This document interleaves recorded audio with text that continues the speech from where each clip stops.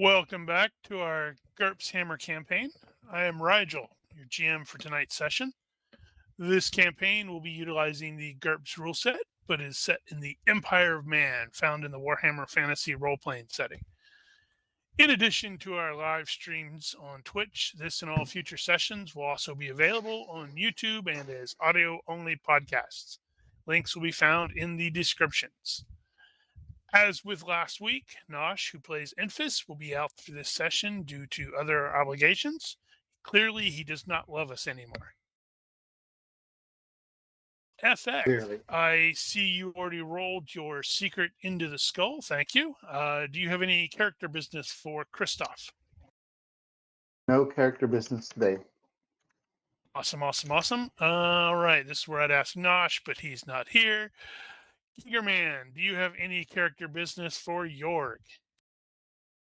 I just bumped counterattack. It'll be another couple of points before I make it useful. Noted. Mel, do you have any character business for Coppertong? Nope. I'm going to go ahead and make the klutz roll for the night. I forgot to remind you to use it last session, so I'll try to remind you this time. You know, you I'll can try to use it remember whenever you myself. want yourself. Never mind. Wow, Coppertong is like Simone Biles. Actually, I don't remember. Is that? I'm making sure in my head. Is that right? If you make the roll, then it doesn't trigger. That was my assumption. This I is can look it correct. Oh man, my brain isn't braining. This is going to be great. Bronchi, I see you rolled the secret roll into the skull. Thank you very much. Do you have any character business for Soren? Negative on character stuff. Cool. All right. So last week, if we recall, we were in Uberschreik, and there was you fought with a necromancer who managed to escape. Yay! That means he can come back later. It will take a bit of time for the zombie uprising to falter and then just peter out. And in that time, Uberschreik itself just erupts into an uproar, with both sides of the ongoing conflict, the Altdorfers who are occupying and the Jungfried loyalists, insisting that the other guys are responsible for this. So riots are going to break out across the town, and tension is going to be, even afterwards, tension is going to be really strong in the air, especially as the priests of Mor, who is the god of death, they parade through the streets with incense and other burning things to bless the streets and properly inter the formerly restless dead. You can be sure, however, that some people are going to be like, oh man, we got to find out who is responsible for this. I think we're going to do our best Commander Shepard impression and say, we should go now. Immediately after the I don't sound like that. Immediately after the battle, Enfys was still very badly injured. He had taken 17 points and was at -7 before any first aid was applied. I had already talked to Nosh that he is planning on the next day to present himself at the Temple of Shalia and go, hey, I could really use some healing.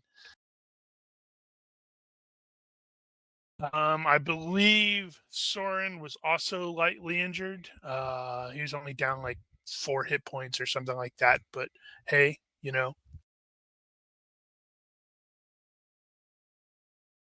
So you guys can utilize or do the first aid thing as you so desire. Or you can just say, yeah, we're going to suck it up. No, I'll do. Christoph will do first aid. Okay, then I will need 2 first aid checks from you. One for Infus and Oh. one for Soren. I think I can get away Um, with desisting. Do I need to do the Um, first one for the bleeding or just the second follow-up one for shock? yeah, you'll still need to do the first one for Infus. Right. I So- forgot I sucked. I should Well, you probably didn't. not help. You didn't suck. You succeeded both times. What are you talking about? Wait, who am I rolling for first? 'Cause if Probably they Infus. have any. Infus, because he's more badly injured, and since Soren downed his healing draft, bleeding does not affect him, or he's no longer bleeding, or whatever. Did you remove it from the character sheet? Yes. I think I did. Is there any negative modifiers for like number of, per? I don't think so. Okay, I I'm just gonna know know. healing spells have the penalty, but Oh no, I'm thinking of the bleeding, but I guess he wasn't really bleeding. He was more like drowning. well, he was stabbed. All right, I'll roll and then we'll see. I rolled an 11, success by 2. All right, so that will be able to do the immediate 1 point, and then you can do the 1d minus 2 to see if. Oh, okay. Yep. Nothing's gonna 1D. nothing for what's his name for Soren. He's gonna have to suck it up. Let's see. So that's okay. So he lost, or he got the 1 point back then.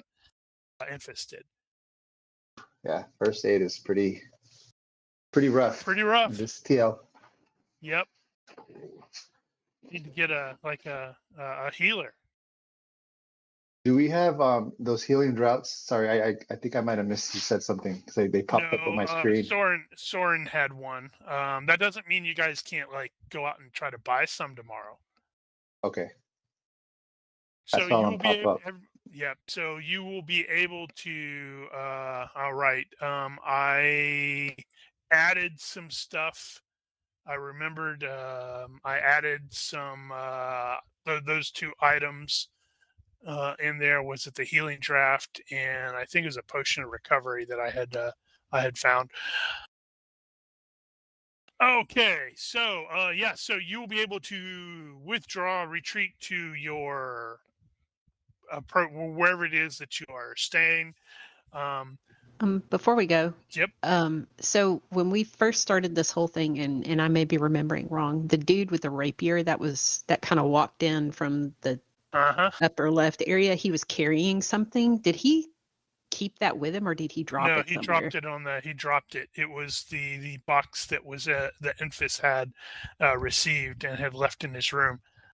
Okay, so Queen will go retrieve that. And was there anything else that like Infus had brought? Like he had brought some kind of package or something for these people. What happened to that?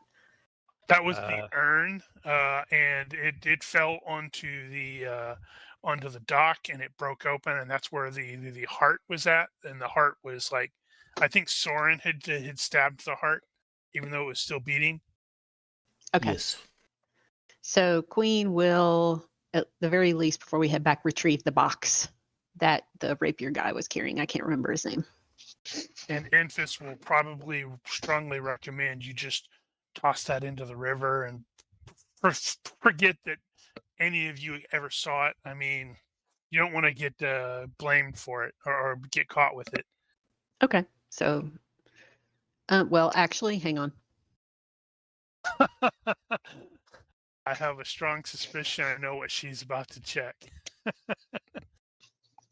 No, don't want to keep it. She will kind of look at the box and then look at Invis and then go, fine. And she'll chuck it in the river.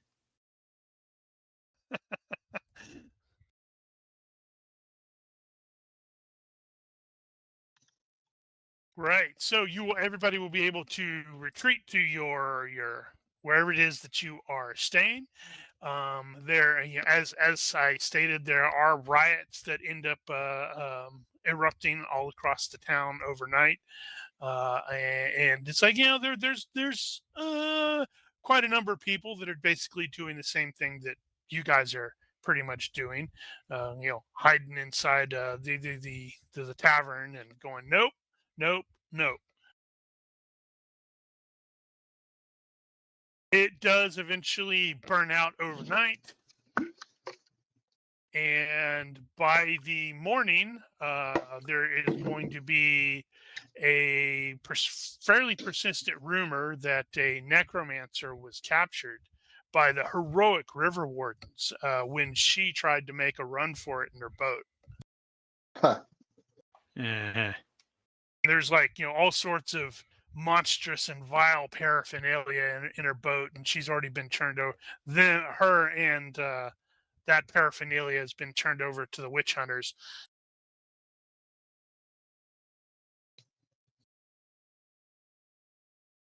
And Enfys is like, yep, I'm going to go to the Sisters of Shalia and see about getting some healing done, because he doesn't want to be operating in negative hit points for what is obviously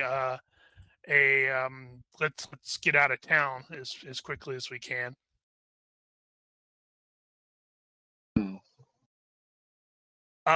With regards to the healing draft, I want to say someone, it may have been Soren. Somebody had asked previously about purchasing those. Those are potentially available. You'd have to search around, but they are frequently at apothecaries.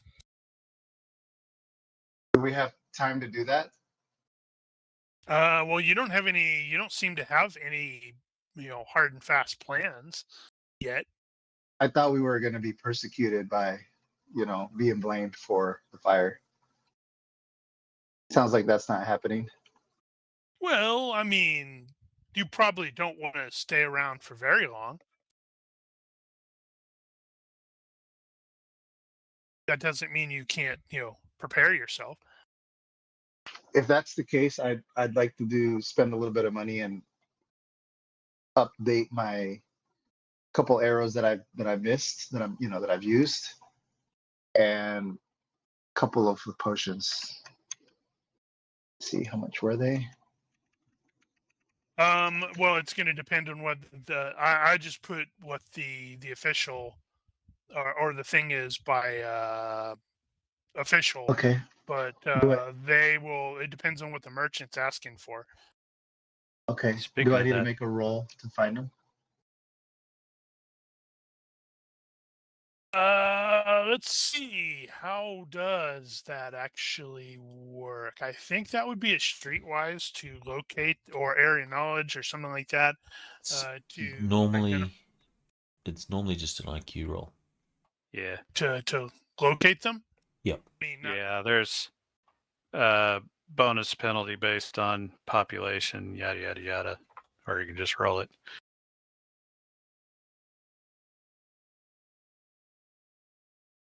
If you can only get that sort of stuff on the black market, then you'd be rolling streetwise instead of IQ. Yeah. Well, that's why I was. That's why I was roll. correcting. That's why I was correcting myself and saying area knowledge. And it's like, oh, where is the place that sells these things? I think you can. could possibly substitute merchant for IQ. Yes. If we're using the rules like from social engineering, it's like merchant or streetwise. And then, according to the GM, it could be like a smithing if you're trying to find like weapons, or it could be like an Right. area knowledge, or That sounds right. depending on what it is, you can substitute a skill. Otherwise, a general skill would be merchant or legal items. Yeah, you could. Which you I could don't have probably merchant. do that. Does anybody in the group have merchant where I can say, hey, can you go buy me some of these things? Soren does. Yes. Is and Drory still in yeah, the he's still in vicinity? town. He's still in town. He lived. Now he is sort of like based out of here. You can always look him up.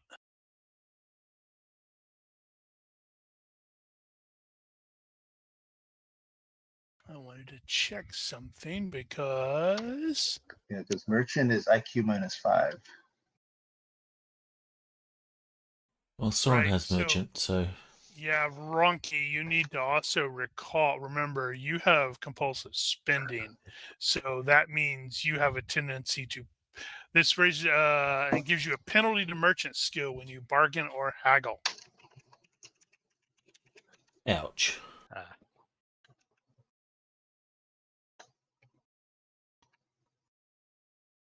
Is that penalty at all times, or is it only when I fail the self-control roll? This gives you a penalty to merchant skill when you bargain or haggle. That's a good question. That's not typically how those work. It's usually just you get that penalty. The success or failure of it is sort of built into the skill roll.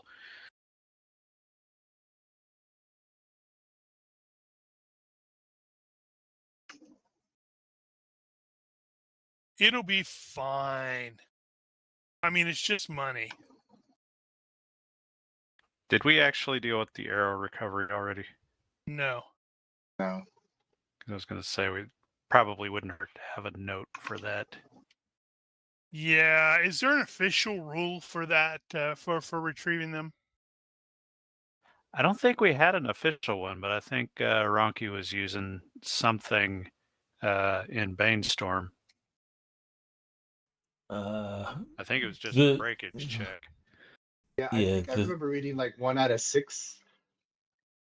I then don't know somebody if it's also an said 2 official out of rule, 6. but I've always done the breakage. So you fire an arrow, and you do a breakage roll to see if it's recoverable. I was thinking it was that in the case that it actually hit, and if it missed, it depended on where it went, I guess. Yeah. Which was going to provoke me asking the question of, did he actually miss? I don't think any of his missed. So the breakage roll, if they're just normal arrows, on a 1 or 2, they break. If they're fine arrows, it's a 1. Yeah, I think he swapped all of his out for fine. We know at least one of the cutting arrows is lost because you shot the white and it shot him in the stomach, and he still had it in his stomach when he dove into the river.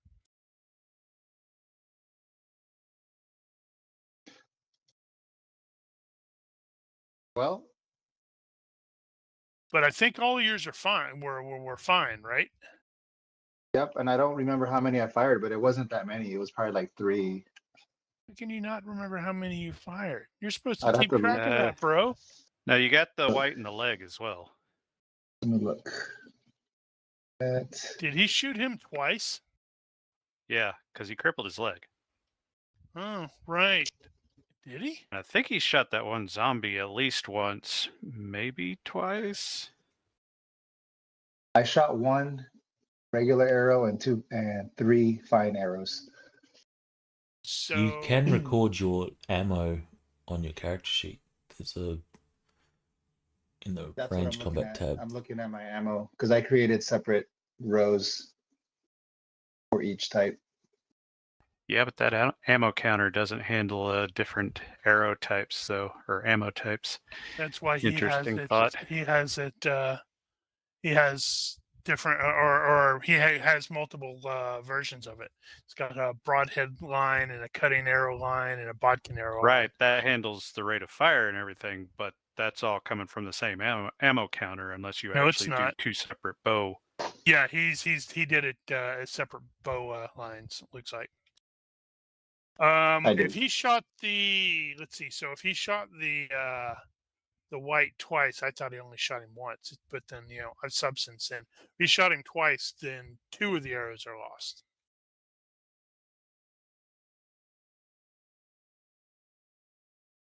So did you have 10, 10, and 12 originally? Yes.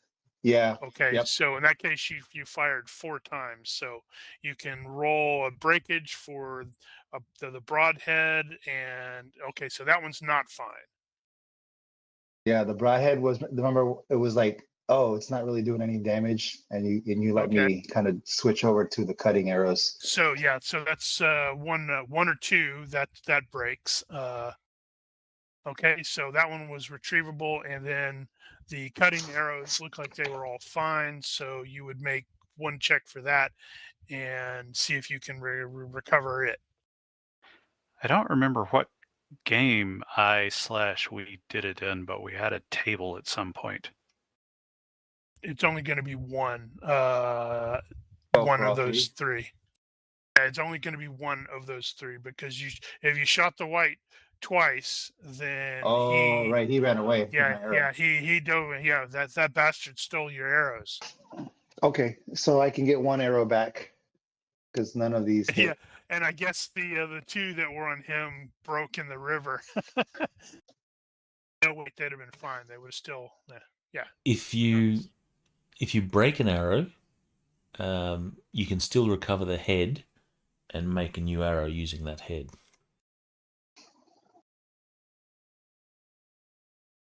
If that comes up, I'll save my arrowheads, and then maybe in a future session, I'll think about little mini crafting game.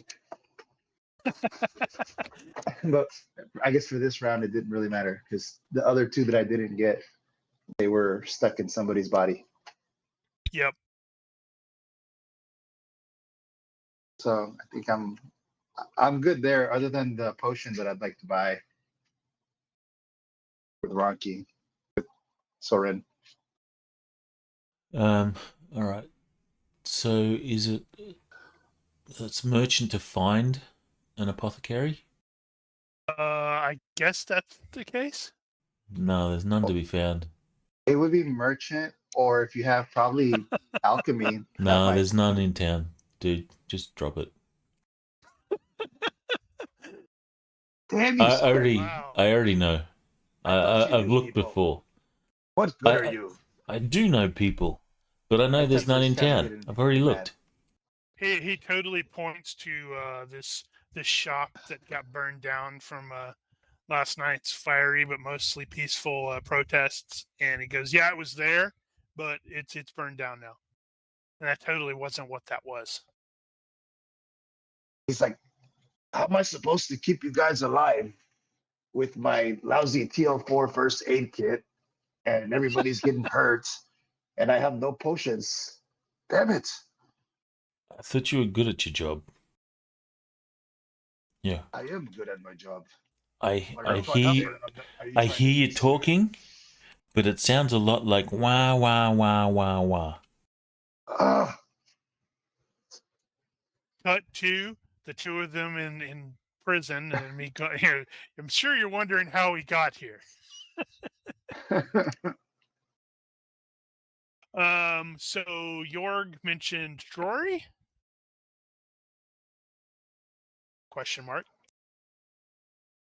Well, that was mostly for the merchant issue. Well, yeah. Well, conveniently enough, he is going to wander into the tavern. He's clearly looking around, and he will see, well, at least Jorg, maybe not Soren and or Kristoff, who might be out, going up. There's nobody. Uh-oh, what are you sharing a link to? Do we want to know? Yes. Poor Henry. That's just going to stick with him forever. So Jorg and possibly Coppertongue is going to, stomp over there to where he's like, good. I was hoping to run into you, you guys. And I am trying to. Okay. there's a big festival coming up in Bögenhafen, and I have some like goods that I need to get there. But well, the road's difficult, and I'm trying to hire some good, well, competent guards to ensure all of my goods get there. And I was going to check to see if you guys were interested. As soon as he says competent guards, Queen's just going to go over, like, glance over at Enfys and say, "Are you sure?" Luckily, he's Enfys is like left to go to the temple at this point. Oh, never But mind. yeah, it's still valid.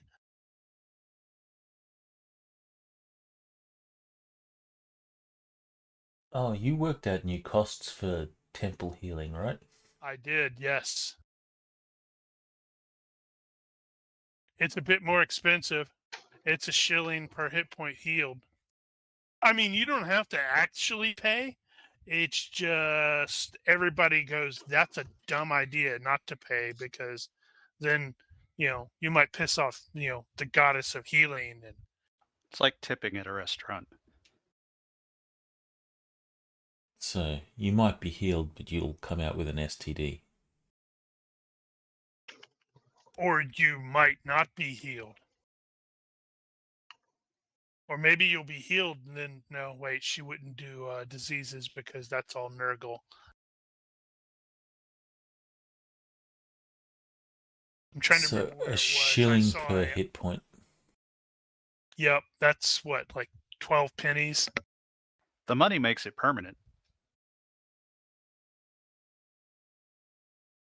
Alright, so Soren doesn't like the idea of going on a potential new adventure all banged up, so he'll pay 4 shillings. Besides, he has compulsive spending. Yeah, is that all he's going to spend? I mean, really? He would have spent a lot of money on healing draft, but apparently there's no shops. Or they're None out. at all. They're all burned down. He might try and look, I can talk to some of my less than honest contacts and see if we can find something on the black market. Some of the really good stuff.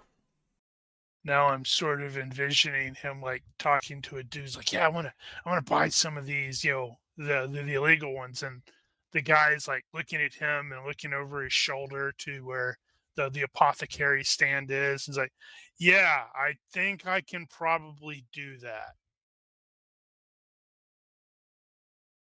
Why is the quote-unquote good stuff always illegal?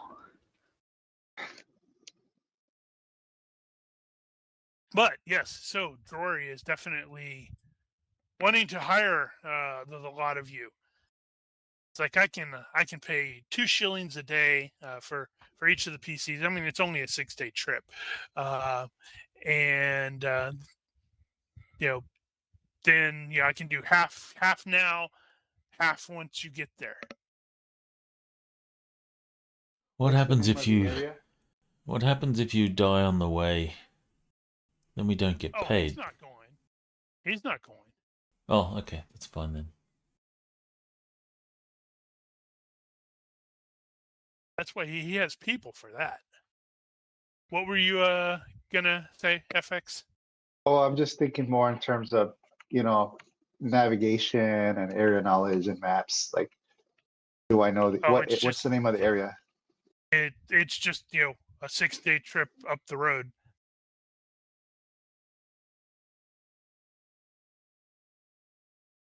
So we're going to be on the road. Yep. Oh, he's got 2 wagons. Yeah. So it's not really, so it's not like navigation. It's more just making sure they get there safe.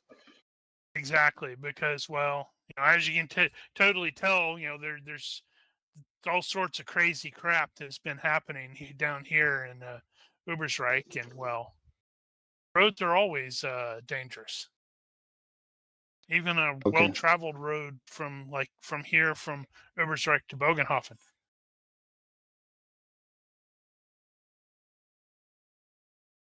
Does two silver a day sound like a fair wage? As I far don't as know. we know. Does it sound like a fair wage? 2 silver a day. A silver is how many GURPSes? 12.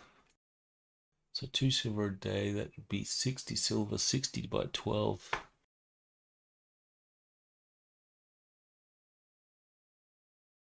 Well, to be fair, the That's lower class people don't even see silvers. If they see a gold, it's because they've done something stupid and stolen it and or killed someone. yeah. That's a fair price. That works out to $7.20 a month. And I think the average is $6.50. Cost of living is $600. A month? He's Yeah. talking like 6 days. Yeah, Yeah, he extrapolated it out. Right. So, yeah, 2 silver a day is a better than fair rate. Okay.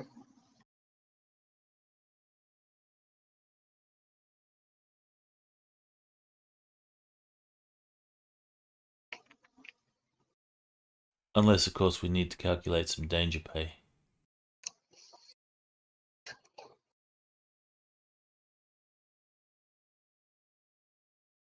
Oh, wait a sec. Sir Greedy? No, he's not. I know the queen is. She might want to get paid more. I think Yeah. Soren is the only one that can haggle. No, I think Copper Tongue has merchant. Yep. She's got merchant. She might have it even higher. Holy crap, did I not? Oh my god. What? All right. Queen's gonna frown and it's gonna be like, the last time we went anywhere with you, I got thrown off a cliff, nearly died. 3 silver. What? Wait, what are you blaming me for? I didn't throw you off the cliff. Søren's going to assist because he has merchant. Yeah. He He's gonna will. be like, yeah, when I was getting thrown off a cliff, I didn't see anywhere around. You turned tail and ran off in the other direction. So did Soren. That's besides the point. 3 silver. Or no deal. I agree. 3 silver is good. After all we've been through, I think 3 silver is more than fair. All right. So give me some merchanting checks.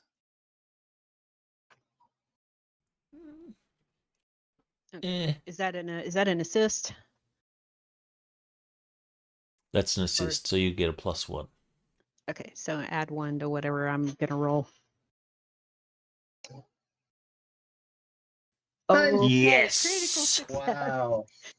He's like, I'm gonna give you 5. Wow. I Well, should have gone for 5.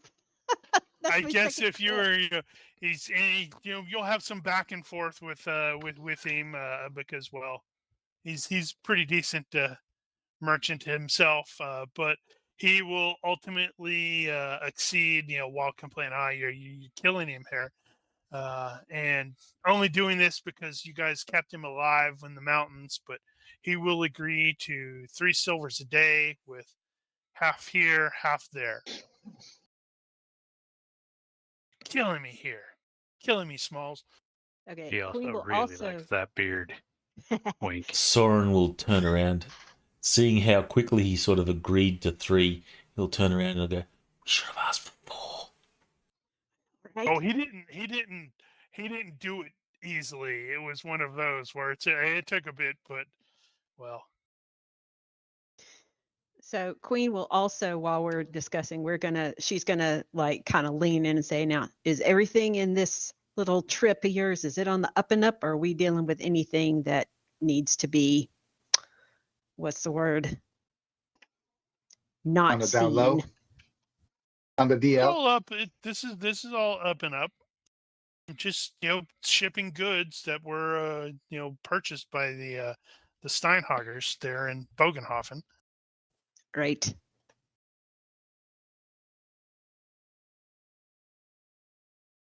Oh, right. Giger, you mentioned something about the weight and the coinage thing Oh, that right. we may wanted to have mentioned to Ronki. Yeah, you can't set it down. So if you're using the coin weights, they're always applied. You can't unequip it. Say what? So I was thinking maybe you could add the equip thing to the coinage, like the coinage section. You put the little button on it. Yeah, Oh, I think I discovered this when I was looking at Enfys's character sheet because I was determining the whole. Okay, he's going to be paying for the the healing, and he had like 2,000 finnings, but I didn't realize that at the moment, and I was trying to figure out why is he in like heavy weight. But then it's like, yeah, of course, he's got this bag of freaking pennies. right. I don't know how we can do that. Yes, I do. Is it Because the coin weight is something that's calculated by core, but I know how to do it. We can have a cool? little checkbox next to the coinage that says carried or not carried. Actually, you could probably just put that sort of stuff in the notes field at the bottom of the currencies.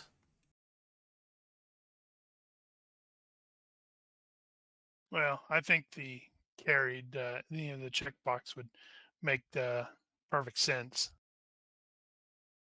Does it actually list the weight? No.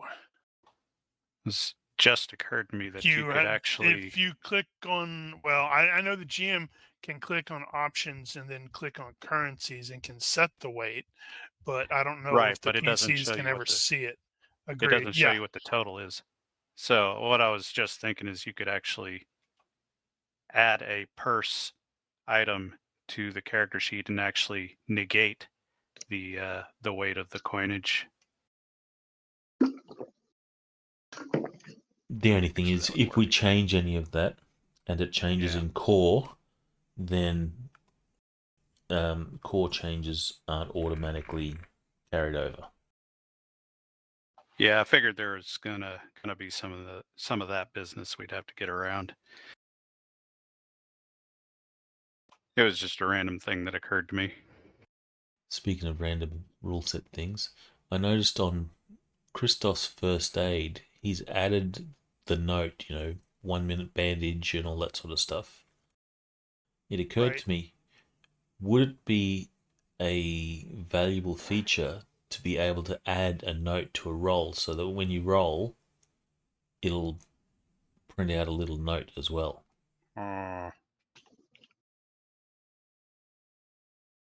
Is that a feature worth considering? I think it would be if you could turn it on or off. So if somebody didn't want to have all the extra text. Well, no. This will be something that you put in yourself. So it doesn't print out the whole skill, for example, but you have a little note like you've got there. Well, I think that I haven't looked at this yet, but do we have notes on the skills? There's a description. Right, yeah, there's a description. So if we could share that at least, if that was like a separate note thing that you could share or output to the chat or whatever, that might be useful.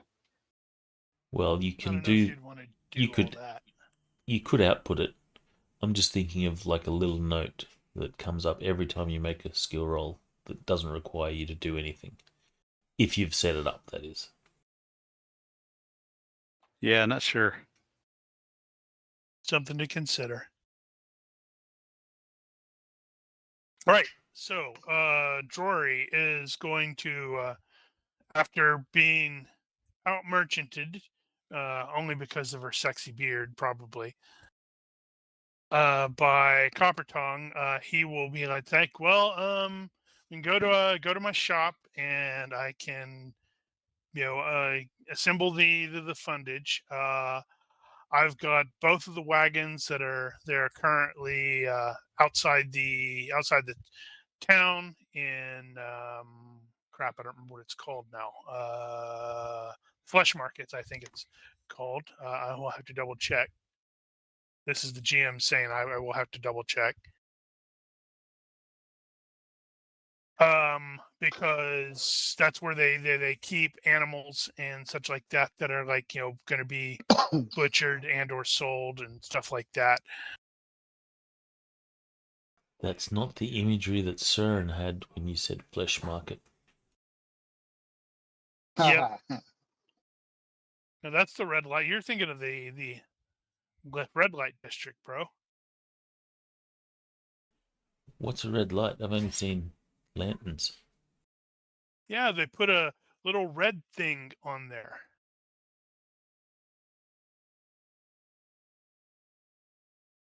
There's a couple different theories. It used to be because of the railroad workers would go with their lanterns to the brothels and they'd hang their lanterns on the outside.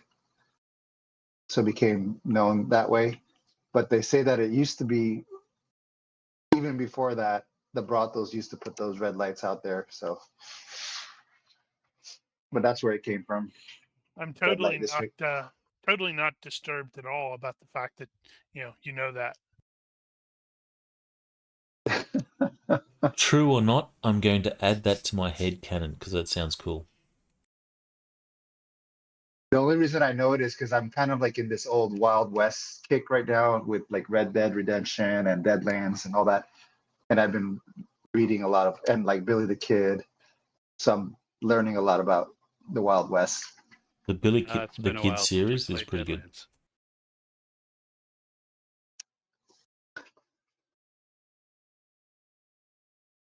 Well, are we trying to do something here, like a roll, or to get ready for the trip? Do you need to do anything for the roll or for the I'm trip? just, I mean, I don't think so. yeah. So, like I said, Drory is like, yeah, we can go back to the thing. Hey, where's your wizard? Did you lose the wizard? Oh, he's getting healed. Oh, yeah, that's nice. And he will. I mean, you guys can go back to his office, chat with him, get paid while he's complaining the entire time about everybody getting the 18 shillings. And we'll also introduce you to one of his drivers. This is Gunnar. so Yeah, can we it's like update our currency with the extra 9? You said half? no, it'll be 18 here. 18 18 is here, half. 18 there. 6. Because it's 3 a day, and 3 times 6 is 18. So it's 18. Wait, did I do that wrong? I'm So it's an round trip. idiot. Yeah, 9. Bah. I can do math. Honest. I'm totally cool with the 18. Nope. Math is hard. There's a reason why I have a degree in history and not math. Plus, history is more interesting. Yeah, so he will introduce you to Gunnar, who is one of the drivers, and Gunnar will let you know that they, currently the other driver, Holtz, is out there at the flesh market, keeping an eye on the wagons.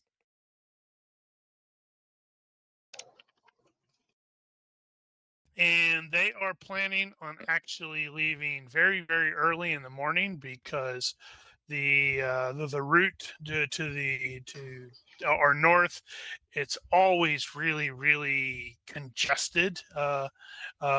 Really close here to Ubersreich. What with all the craziness that has been going on. So you are perfectly free to sleep in your in room and get up at dark 30 and go out there, or you can do like they're gonna do, and they're gonna sleep outside the outside and in the or in tents.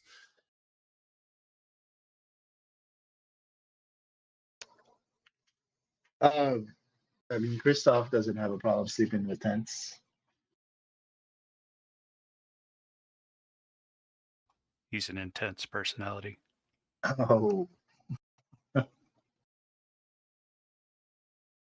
Just to be clear, we're not in charge of logistics, right? We're just in charge of getting there, like in terms of security.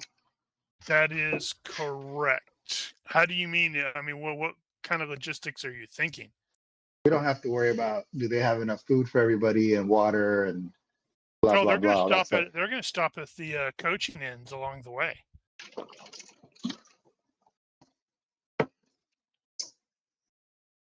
So Like we don't have to roll for pack handling, freight, that is cargo, correct. whatever, Yeah, none of that stuff. correct. So all that is going to be required from you guys, based off of this stuff, is A, make sure that it actually gets there. B, that it isn't attacked and stolen. And C, when you guys are overnighting at the various coaching inns, you will probably want to have like some sort of watch rotation on the wagons at night to make sure nobody steals stuff.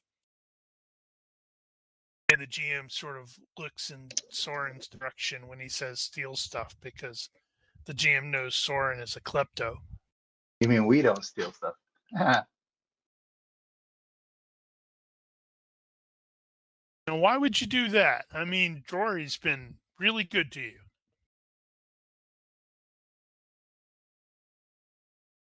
But if there is anything that you wish to purchase yourself, you are free to do so.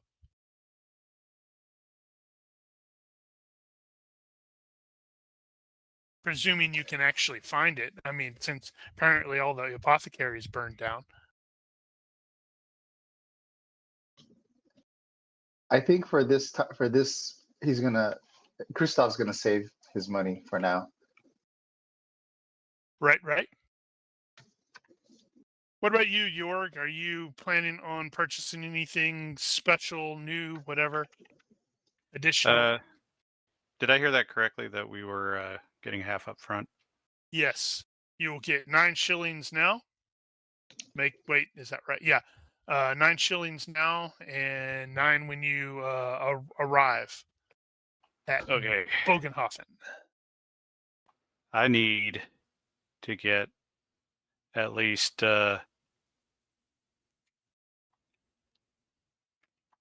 number of days worth of road beer.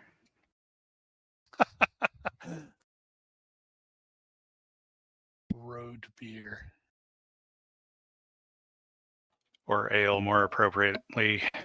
Actually, I think this may be the right region for beer. Huh.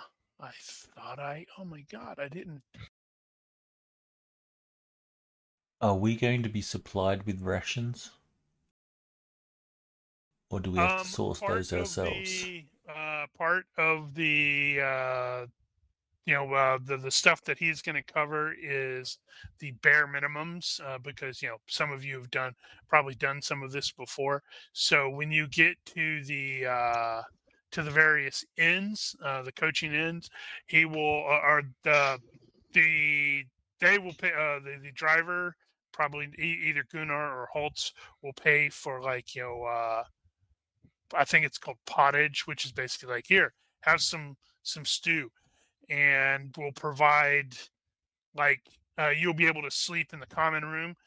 You are perfectly free to upgrade and or change that, as you wish.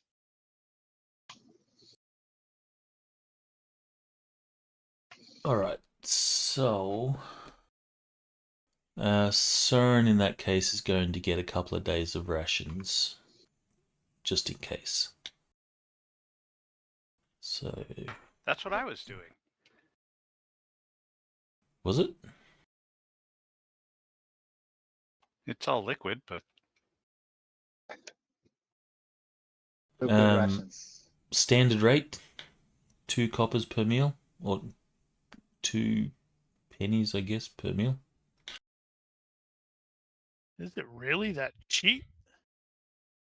For travel rations, yes. That's per That's meal, really- so 6 per day.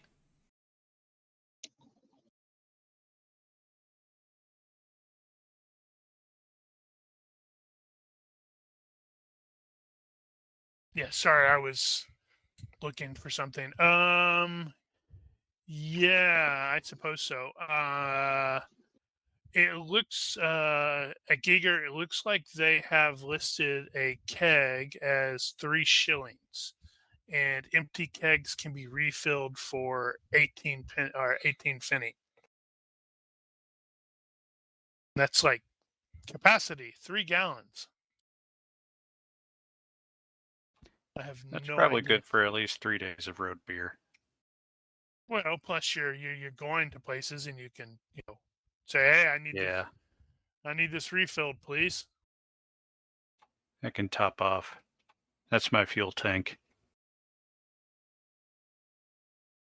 All right, well, I'll drop the 3 shillings for that. Actually, I suppose I should write that down. Keg. Yeah, I have no idea how much that actually weighs. That's probably a useful item for the items at some point. Yep. Yep. And I know that's in low tech.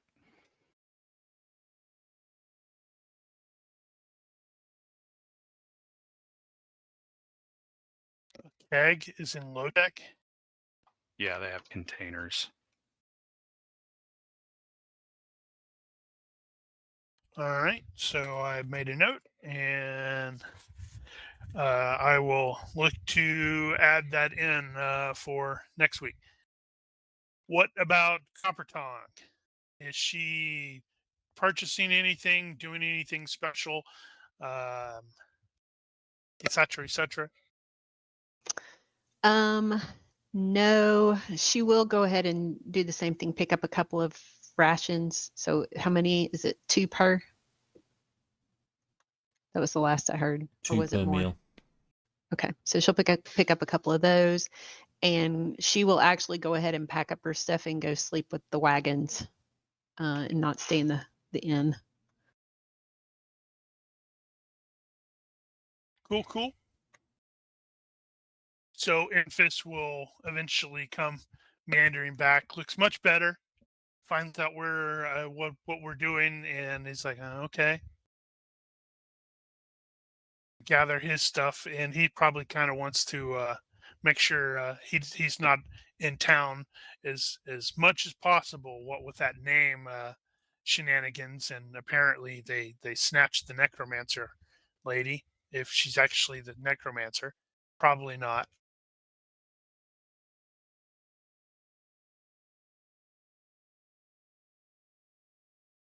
Okay, so if the lot of you, well, once you're basically done purchasing whatever, Gunnar can lead you out to the flesh markets and introduce you to the other guy who the AI made his his smile looked kind of drunk, which is awesome. This is Holtz, Well. Otto Schmidt, but, no relation.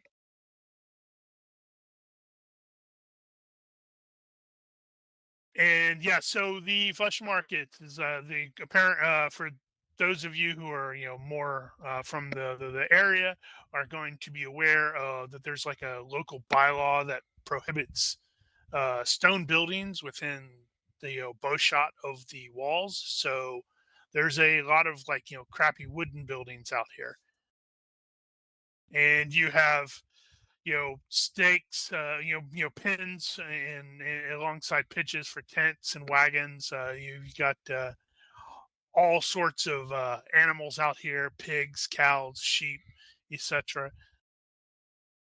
And naturally, it really, really stinks of animal.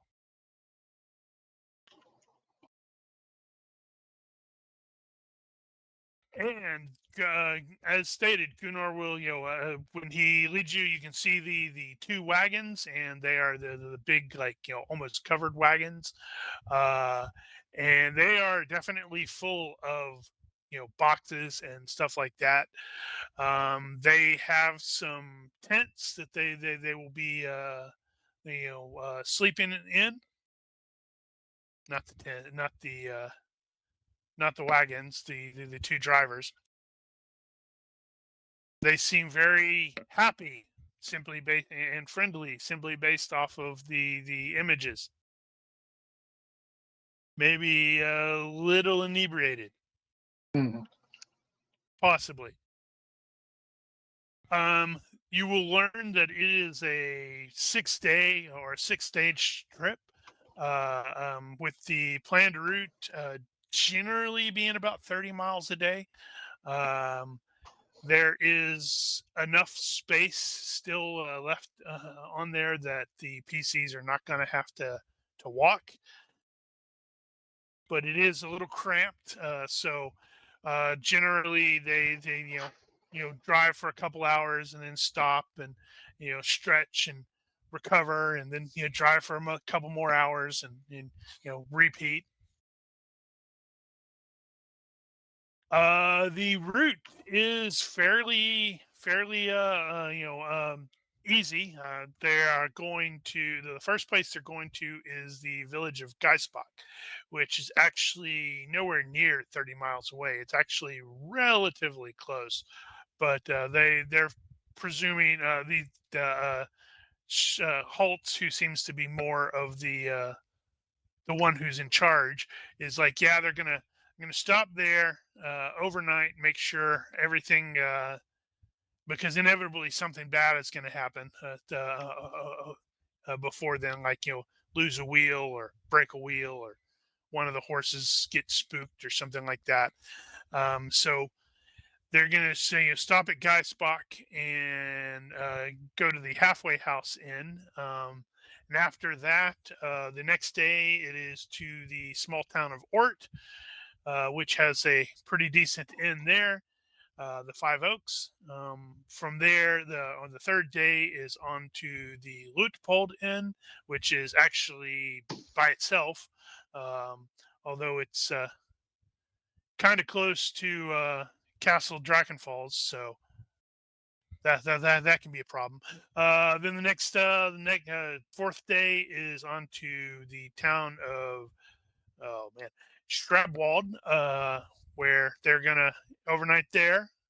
Then on to another inn, just south, a little south of, or not a little south, but south of Bögenhafen, and then finally into Bögenhafen on the 6th day. Should be fine. I'm certain nothing bad will happen along the way.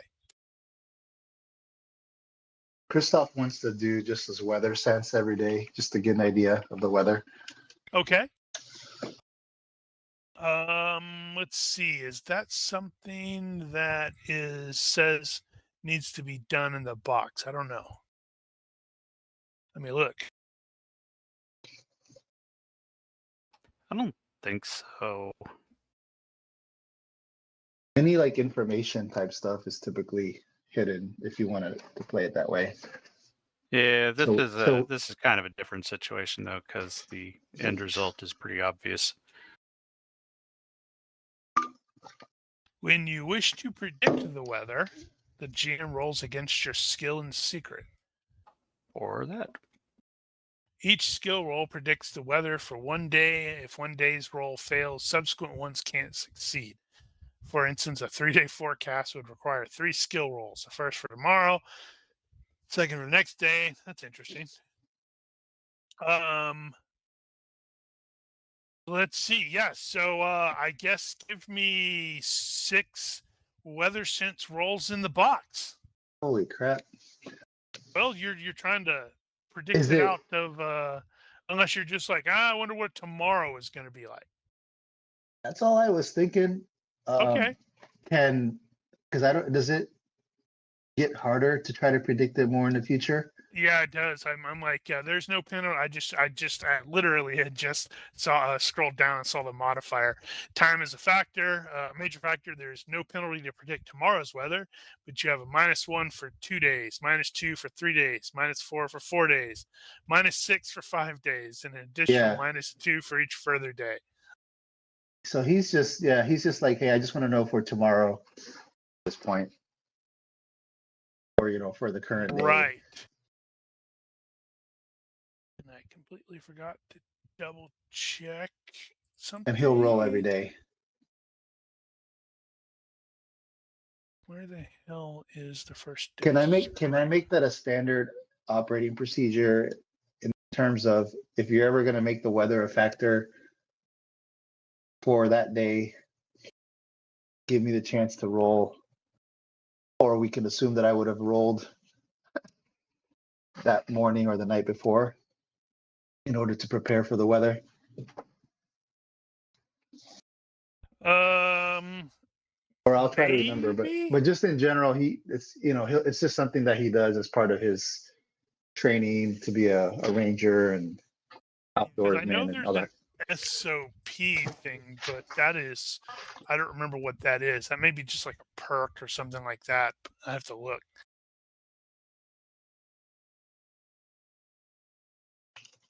And now, sorry.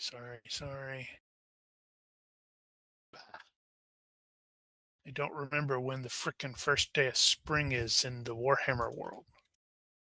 I don't remember if we're officially into spring or if this is it hasn't arrived yet.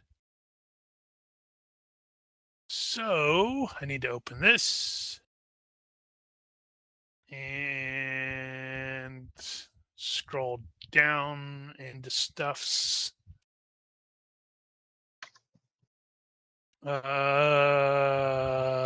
Equinox, spring equinox. Is that right?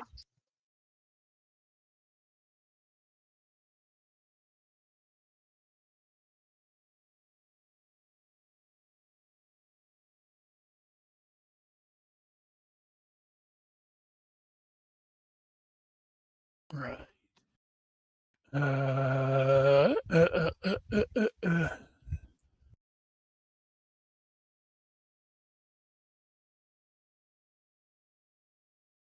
Ah,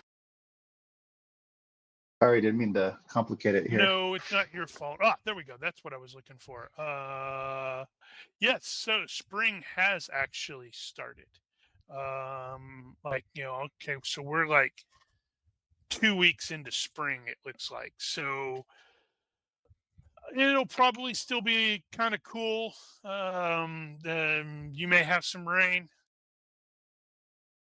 I'm going to give you a super useless and super generic weather prediction. Maybe it'll rain, maybe it won't. Okay, yeah. He's just thinking like at this point, rain, all that. Yeah, that's par for the course in this world. No major storms or nothing like that. That he can Also, predict. I need Windows to stop helping me sometimes. Because it just like I was resizing returning a browser to a proper area, and it decided to minimize everything. I'm like, damn it!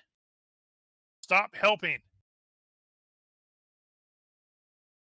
Okay, so sounds like everybody is crashing out here. It will be a cool night. It's also an potentially uncomfortable night every now and then because you got the various animals making noises. What are they doing to each other? It's a good question. Cough. Which animals are we talking about? The humanoid type? Oh, there's a whole bunch of animals out here. You've got, goats and sheep and chickens and Dwarves. cows. Dwarves. Dwarves. Oi.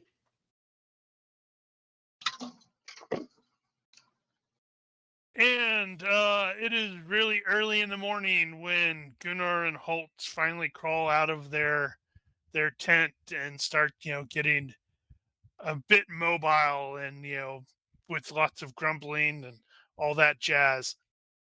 But, what are you going to do? They fold up their tent, make sure that the lot of you are, well, at least mostly conscious, at least partially conscious.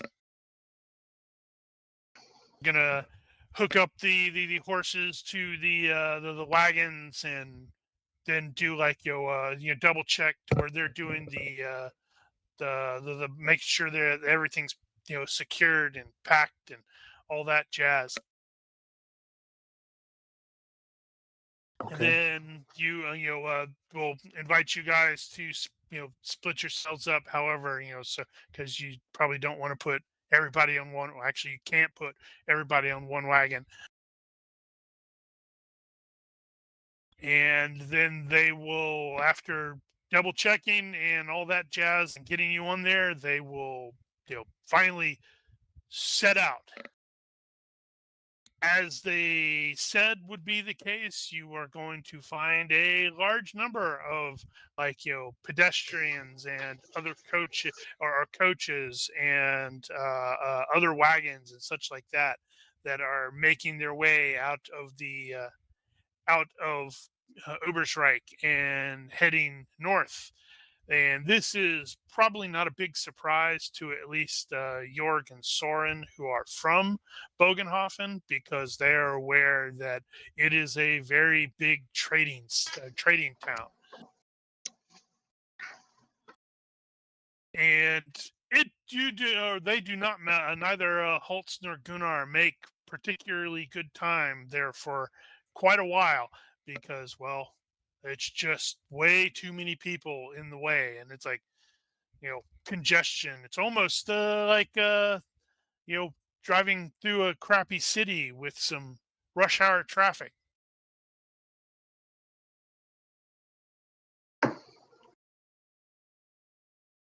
There is much complaining and grumbling, and sometimes they have to go off the road and go around something because that fellow has already lost a wheel.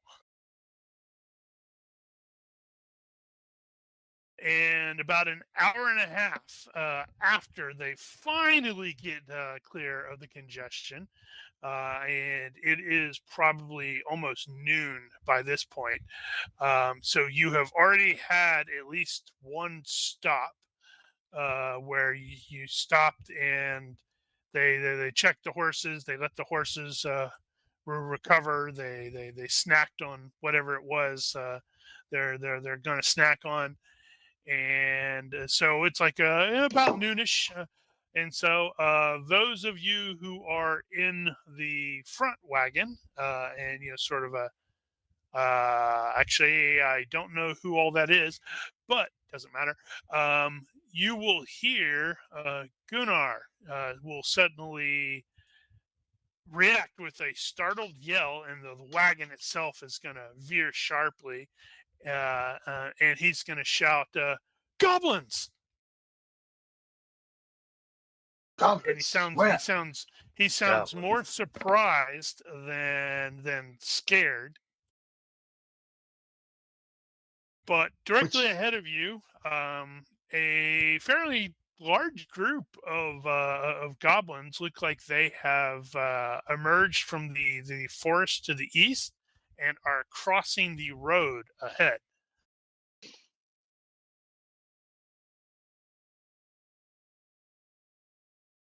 Are they red on the combat tracker? They might be red on the combat tracker. That doesn't necessarily mean you need to have to, fight them. I do have a map if you want it. Yeah, we might as well. Does the map have a grid? It might have a grid, although it's hidden right now. How did I? Hold on. I have to hit buttons. And oh yeah, I need to share that. Yeah, I can't figure out what color to set this stupid grid so it's not as offensive. That's I think you can just Geiger lower question. the alpha on it. I did not know that's what that A was. I just totally didn't pay attention to it, and now that I know that, that is 100% better. Wow, you were actually useful for a change. Congratulations. It happens. I should probably reduce that alpha a bit more.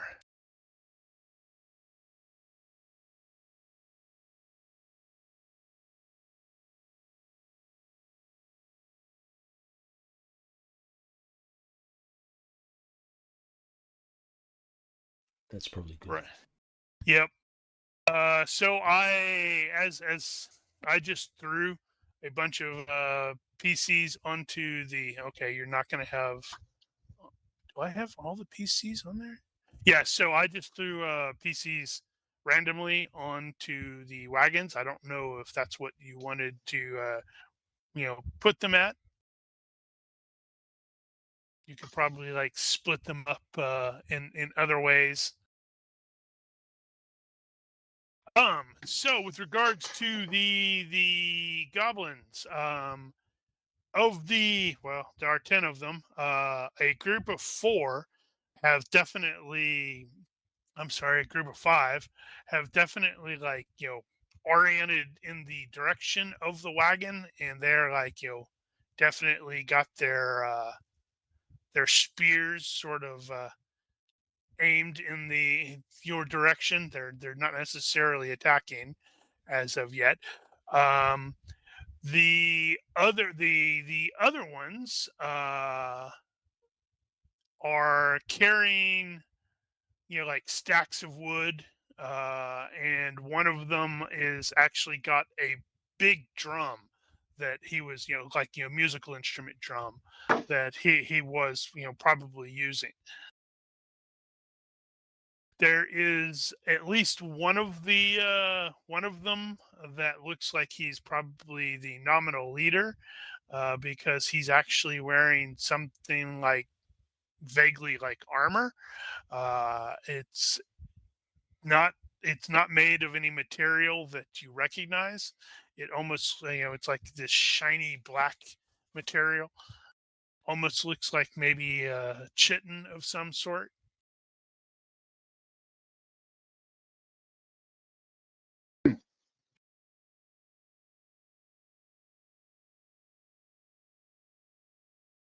What's the general disposition on goblins? Are they just one of those races where you just kill them, or are they sometimes civilized and are they like a monster race? They're considered monsters.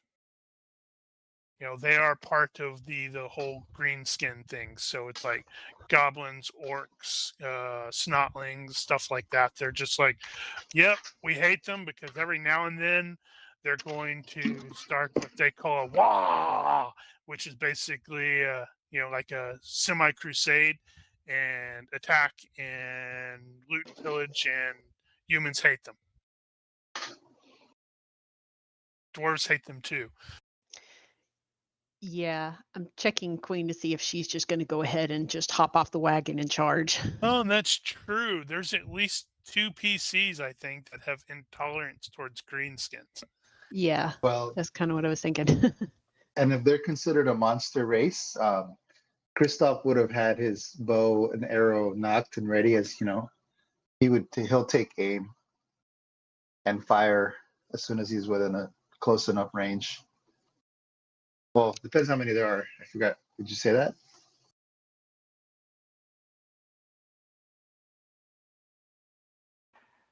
Yeah, there's a total of 10. 10. You can only hold that for so long. Well, he only needs to aim for 3 seconds. Yeah, if you're holding a 100-pound warbow for 3 seconds, you're gonna start getting wiggly. Right. So, okay, so I'm just going to do it this way. But if you You do do it not that way, nec- it makes us feel like we're in combat. I think we're about to be. You can let the goblins go. Yarg was going to uncover his sword. He has to keep it in a wrap or something like that to keep water off it and stuff. But he'll make sure Well, that's then, uncovered and the to be polished fair, steel. to be fair, in this case, you could have just had it inside the coach. I'm sorry, Well, wagon, just because generally it's covered speaking, wagon. he carries it in a wrap. But he'll make sure that's uncovered and on his shoulder and angled so that it'll catch whatever sun we have. Okay. Yep. It's clearly a cloudy day, as you can see the clouds going by. So And it's blowing up a gale. I worked it out. 44 miles per hour it's blowing. how the hell do you get that? The wind speed. So measured how far the clouds move in 1 second. Oh. Oh my god. Now it's going in 2 directions. Oh my god. The tornado. I How honestly do did I? not Oh, realize it had lightning.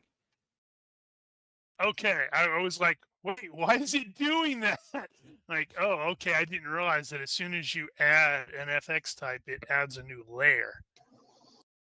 You should be able to click on the layer. Yeah.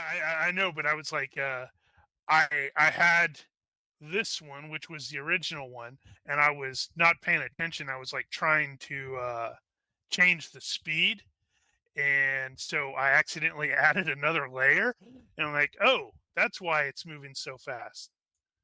Why is it doing that? That's speed is okay, whatever.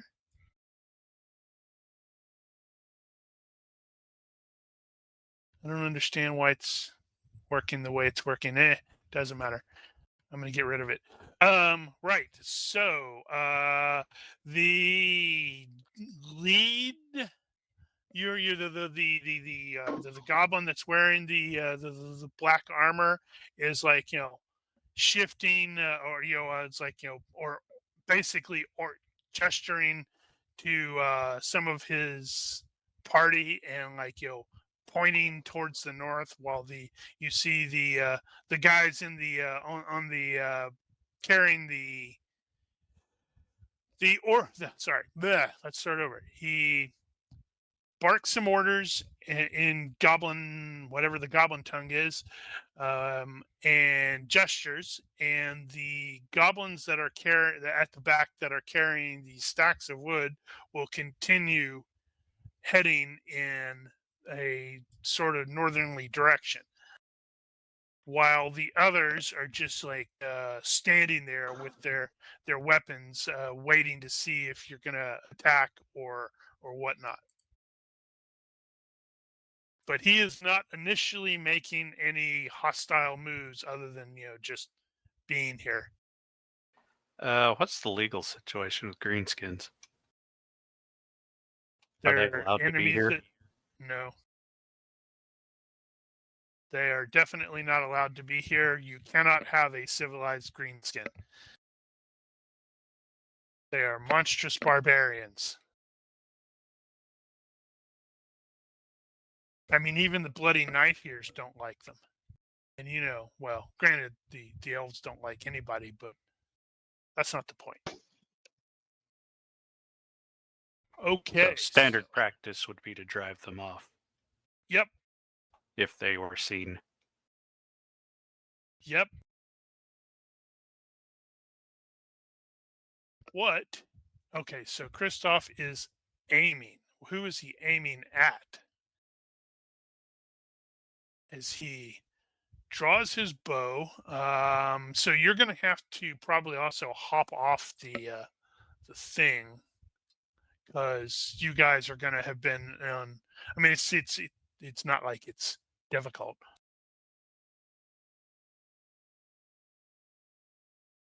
So I would have been traveling, if I'm on guard, I would have had my bow out with an arrow, like not pulled back, not drawn, but knocked. Unless, like you said, if it was raining, then I probably wouldn't do that. No, sorry. When I meant you'd have to jump off of the wagon, because it's really awkward in there. You're don't have a lot of room. Okay. So he'll do a little, like, his step. Can he do a step and jump off? Yep. And then aim? Yeah, I don't have a problem with that. And then, yeah, so as soon as whoever said goblins, Christoph's gonna be like cursing under his breath and like, freaking goblins. And he's like, where? And then he's gonna jump off and take aim. And if, like you said, if that guy, if he's the most obviously armored differently and whatnot, he'll take he's aim. actually the only one that's really wearing armor. The others look like they're wearing, I don't know, loincloths. So that's what he'll do. Do they have their own? Do they have their own language? Presumably. He snarled something. It sounded sort of semi-languagey.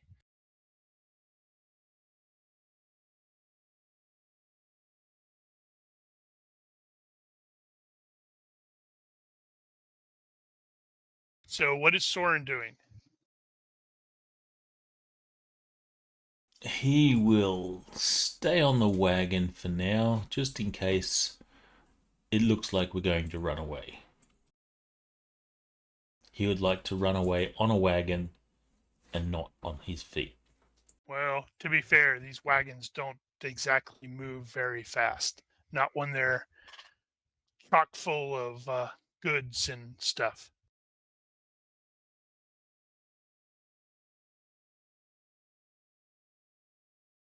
So that's what he'll be doing. Actually, thinking that through, Soren, give me an IQ check. No, perception.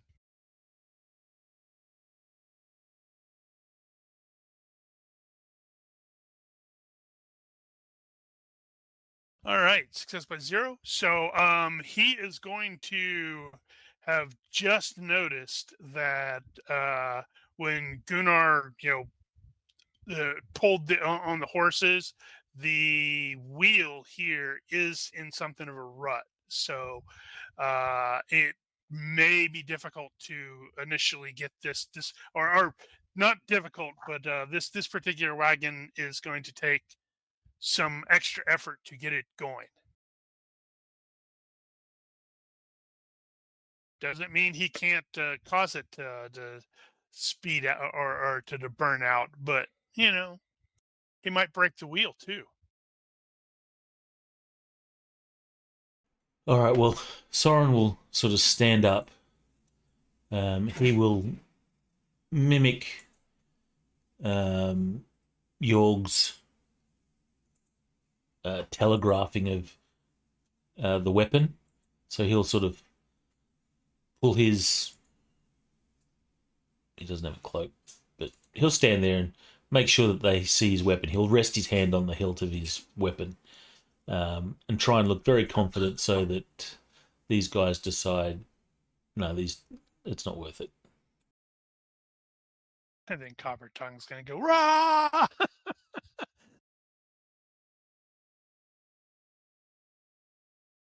Also, I think, Jorg, don't you? Let me double check.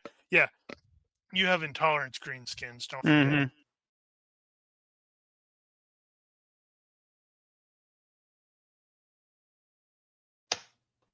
Right? The only good green skin's a dead green skin. S to it then. Hop off the wagon. Or in her case, fall And- off the wagon. No, remember, she critically Nope. succeeded on that clutch check. Yep. She actually looked fairly confident or competent. Actually, I guess it would be York that would fall off the wagon. But boom. Go ahead and finish a move, and then next turn, ready the axe. Well, they're definitely going to perceive that as a hostile act. Well, that makes it easier. All right. A drum goblin is going to start beating on his drum as he moves a little forward.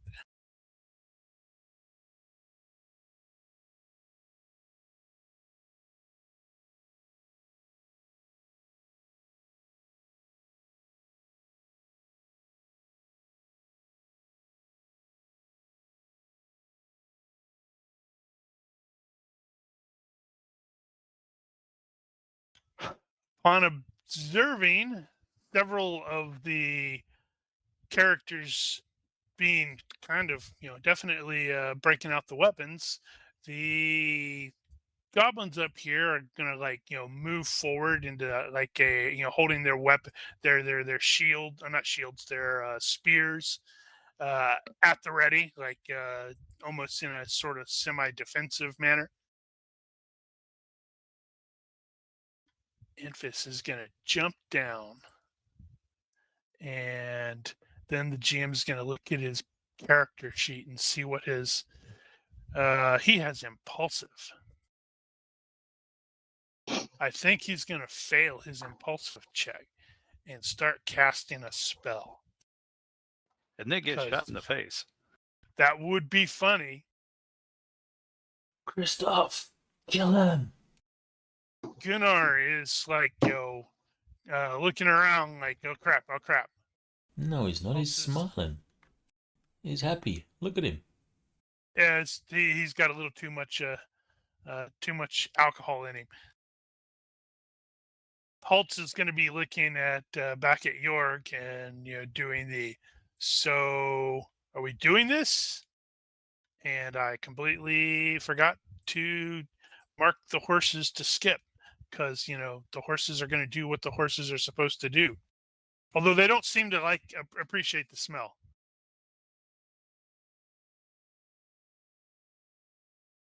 Yarg is gonna give Holtz a stern look and say, "Stay out of my beer," and hop off the wagon. Not casting. Right. Well, he's got his own beer to drink.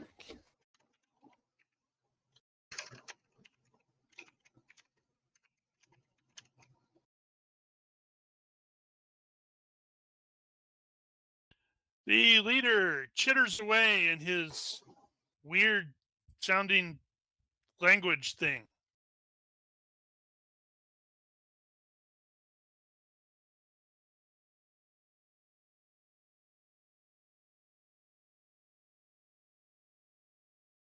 Well, he will take another second of aim. And is the wagon still moving? Nope.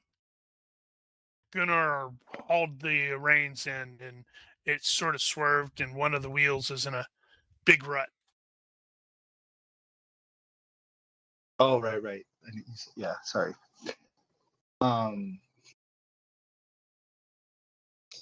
Coincidence. Yeah, so he'll take a step forward. He doesn't want to block where Soren would jump down if he's going to jump down, but kind of like behind that or next to here. Let me just move it. Boom. It makes it easier. Yeah. There you go. All right, Soren's gonna jump down.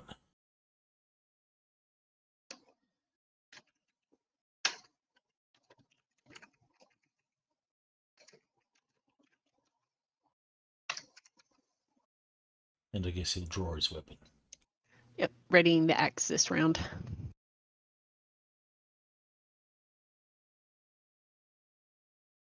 Boom, boom, boom, boom.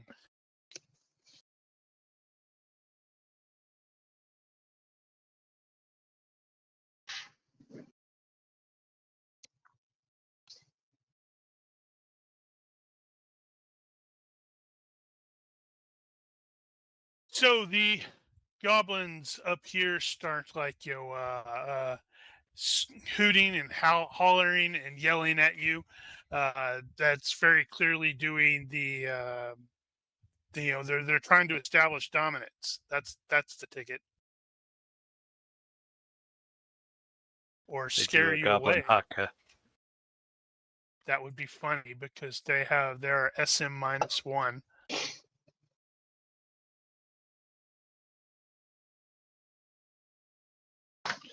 Okay, that's undone.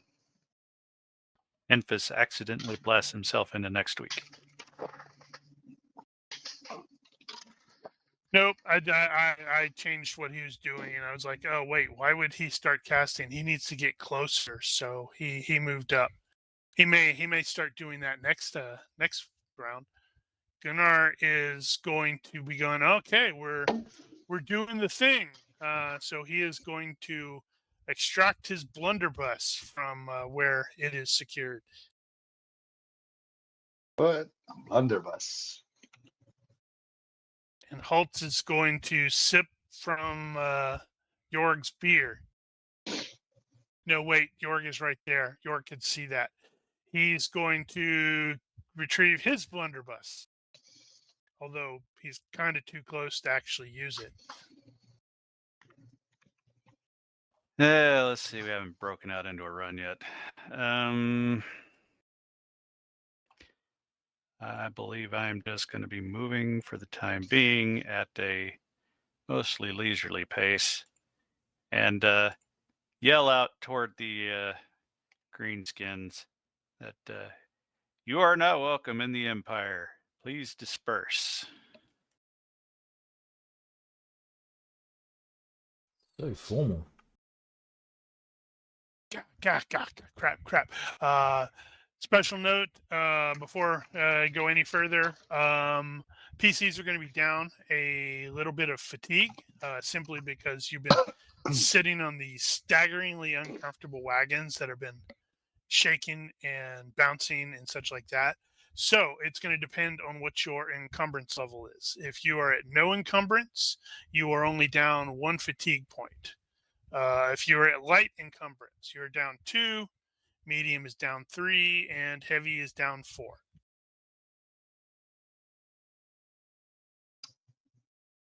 Does fit come into play?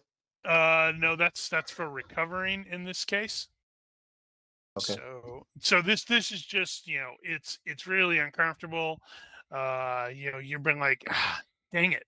I'd really like to not be on this stupid wagon because, well, at least it's better than walking, maybe. The leader continues to do his screaming and intimidating sort of sound.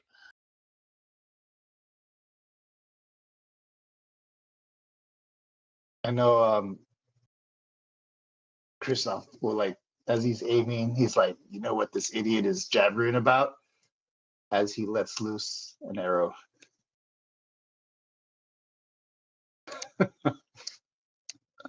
Huh. All right. I wonder what he was saying. So let's see. You said size modifier -1. Yep. He's at 20 yardish range for me. And I aim for 2 seconds, right? So what else? I guess I'll do an all-out attack. And can I just do random hit location, even if it was aimed? Or do I gotta pick chest or the abdomen or neck? I think it defaults to the chest. Yep. Let's just go ahead, because let's say can I aim at his gut, abdomen? Yep. All right. So he is wearing armor. I do remember that.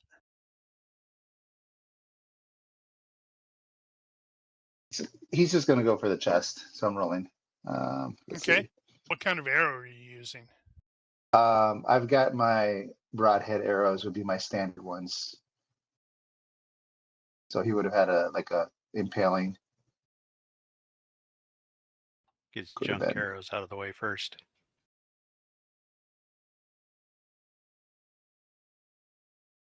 All right, sorry. Roll here. Oh, that's not good. Failed by 3. That's a whiff. That's a whiff, but that definitely. Oh, okay. They heard the Donkey Kong music. I wish I had luck. All right. Yeah, I was just thinking you need aspected luck, anything to do with the bow. It's so many points, and we're only getting like 1 per session. Oh my god. You could write some blog posts. He never learned to write. I mean, he was a deck ape. There is potential for a random line of fire hit.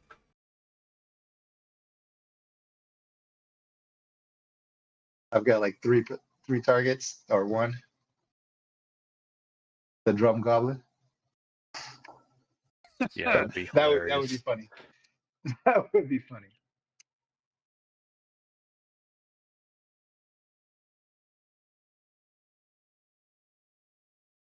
I don't want you to shoot the drum goblin, although it would be funny.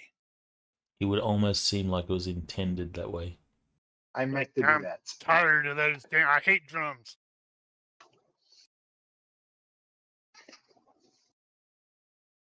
Right. So that would be a little less than what you were rolling. Wouldn't be 13 because Just roll 3d6 to see if we have to bother calculating it. yeah, Yeah, it's only going to be a couple worse, and It that'll capped at still 9? cap at 9.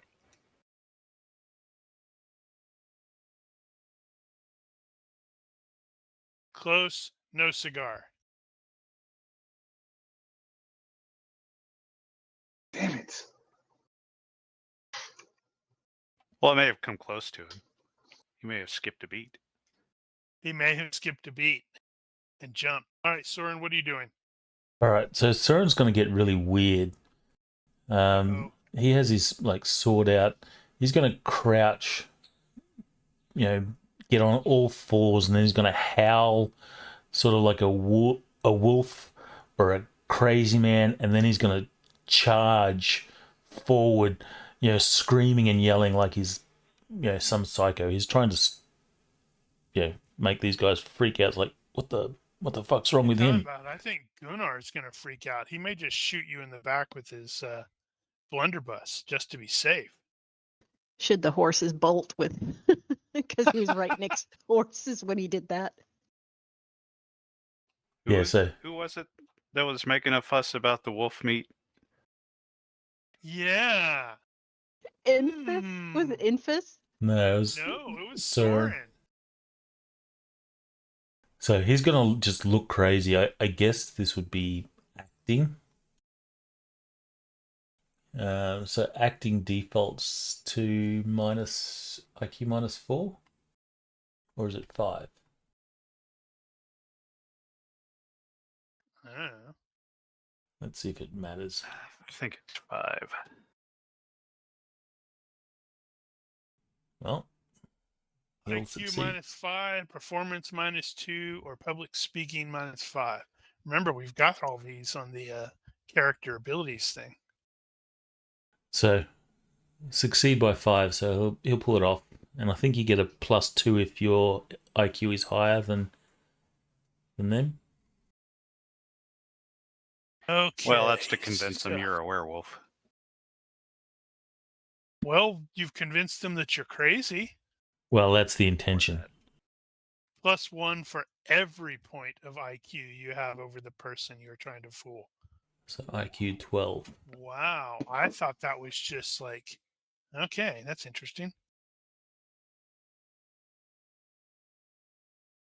All right. So now they're going to all come to the agreement that they need to kill the Howling Wolf guy.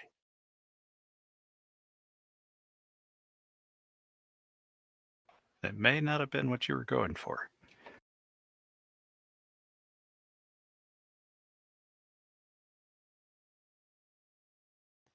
And Queen is moving at her amazing top speed of 3. That's a little slow. Yeah. Drummer jumps in surprise as, an arrow very nearly hit him. He was aimed at him. He starts beating on the drum harder.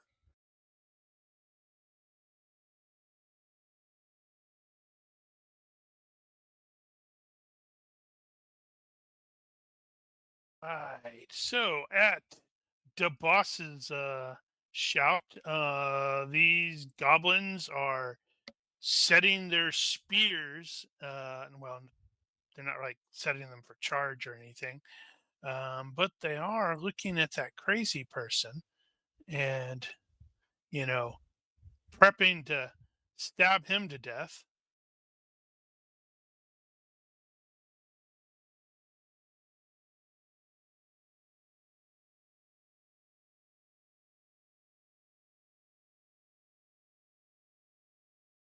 Or Soren.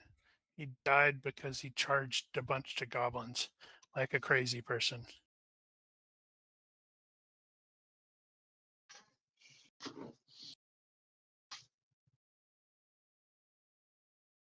Enfys will take a step and begin casting a spell. Finally. It's like, ha ha ha ha, I can do this. Unless I explode, because that would be unfortunate.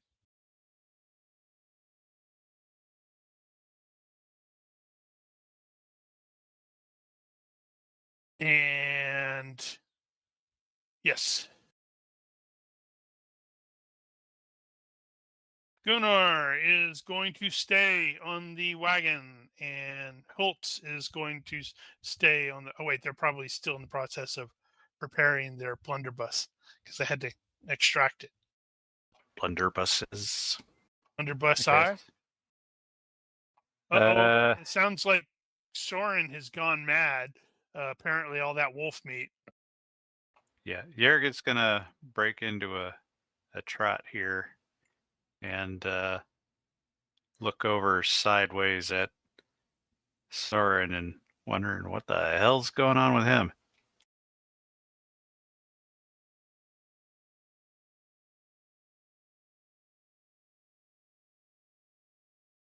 Snarl, snarl, snap, hiss. All right. Fast draw. Maybe shoot Soren in the back, before he tries to bite you and infect you with whatever has affected him. No. Let's do a fast draw with -2 to pick one of my fine quality arrows. He's like,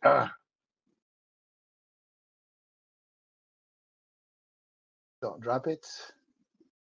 Success by 2, so he fast draws the arrow, knocks it, and he will take aim. The shaft of that Noted. first one was obviously bent. Obviously. So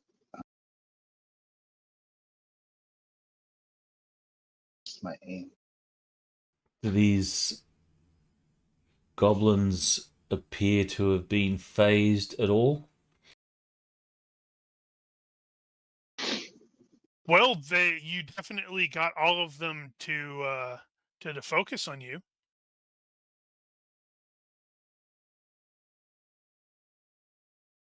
All right, then. Thorin will come to a... he'll come to a sort of stop, and he'll then just sort of return to normal and go, really? Nothing? From any of you? He'll turn back to his companions. He'll say, I thought it was pretty freakish, right?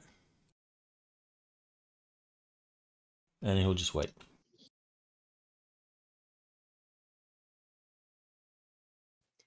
And moving. So moving in a straight line, so I should be able to get like an extra. Yep, up Yep. to 4. Woohoo! You're booking it. That reduced move is killing me. Well, I don't know if you're noticing, but these guys aren't exactly moving super fast right now. Granted, they have like a load.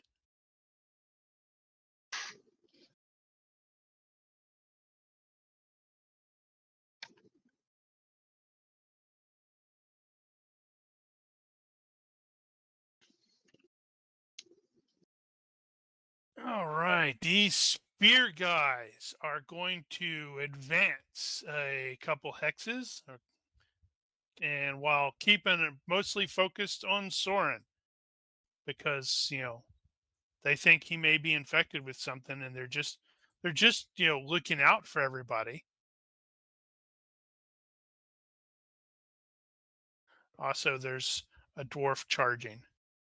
That's generally not a good sign.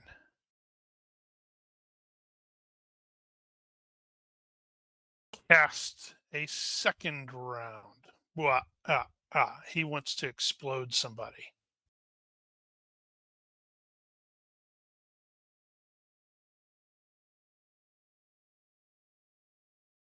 Gunnar is got his shotgun. Sorry, his blunderbuss.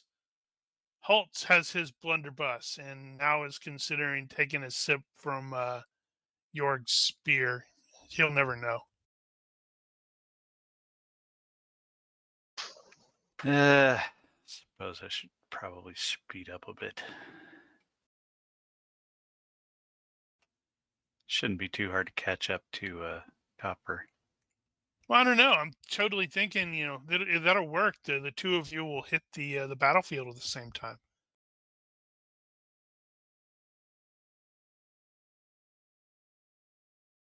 Snarl, snarl, hiss, snap. Am I doing this right?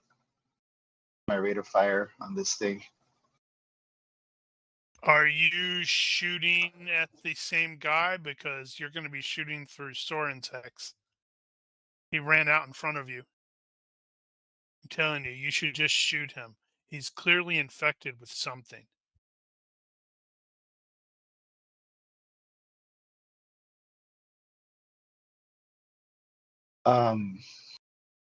Let's do one more second of aim. And he'll yell out like, Soren! Like, get out of my way. Unless you want an arrow in your arse.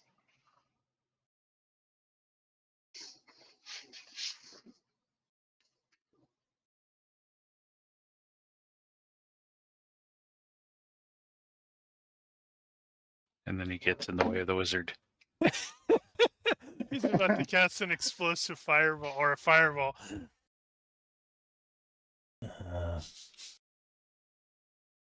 And that's what happens when you run out in front of everybody. He goes that way then. And then the horses are going to run over him.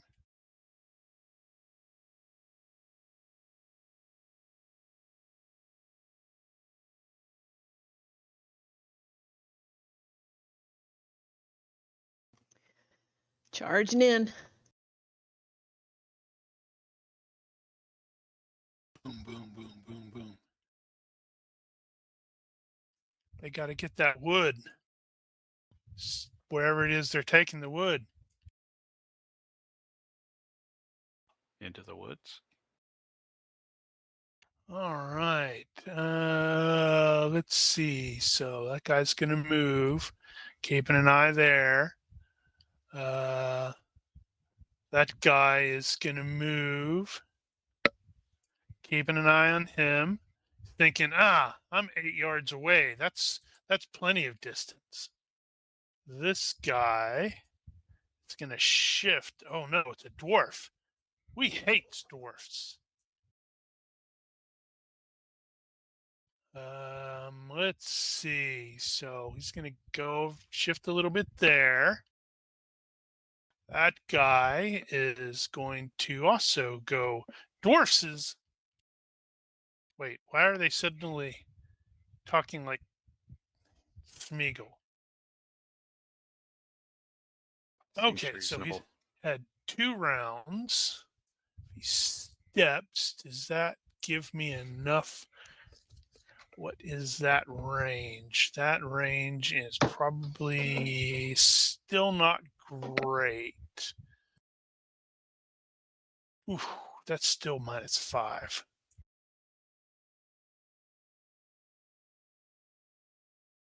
Hold on. Let me see if he can pull this off, or if he could pull this off, and I'm thinking he could not. And what is his skill there? Ooh, that's not great at all. Okay, so 3rd round, because we know how he likes to make things really explode. Ano, Nathach, Uthes, Bethid, and all that jazz.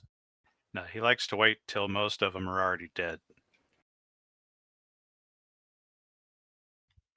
All right, did I remember to load this thing? Okay, he's really far ahead of me now. He can't see me sip. Oh my God, this is terrible beer. That's why he didn't want me to sip from it, because he didn't want people to know it's terrible. I didn't hear that.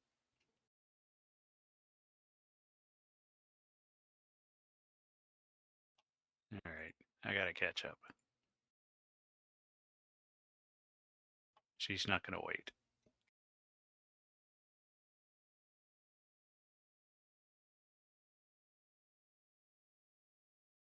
Snarl, snarl, snap, hiss. Oh, okay. So I just quick clarification. So I think I've only aimed for 1 round. I was reading the rules on. So I fast draw, and then my first action would have been to ready the bow, Right, Mhm. You're right. and then I aim. So at this point, he's going to shoot with 1 second of aim. Yes, I was doing it wrong. Well, don't do it wrong. He'll take a step. I think I can still take a step though. Yeah.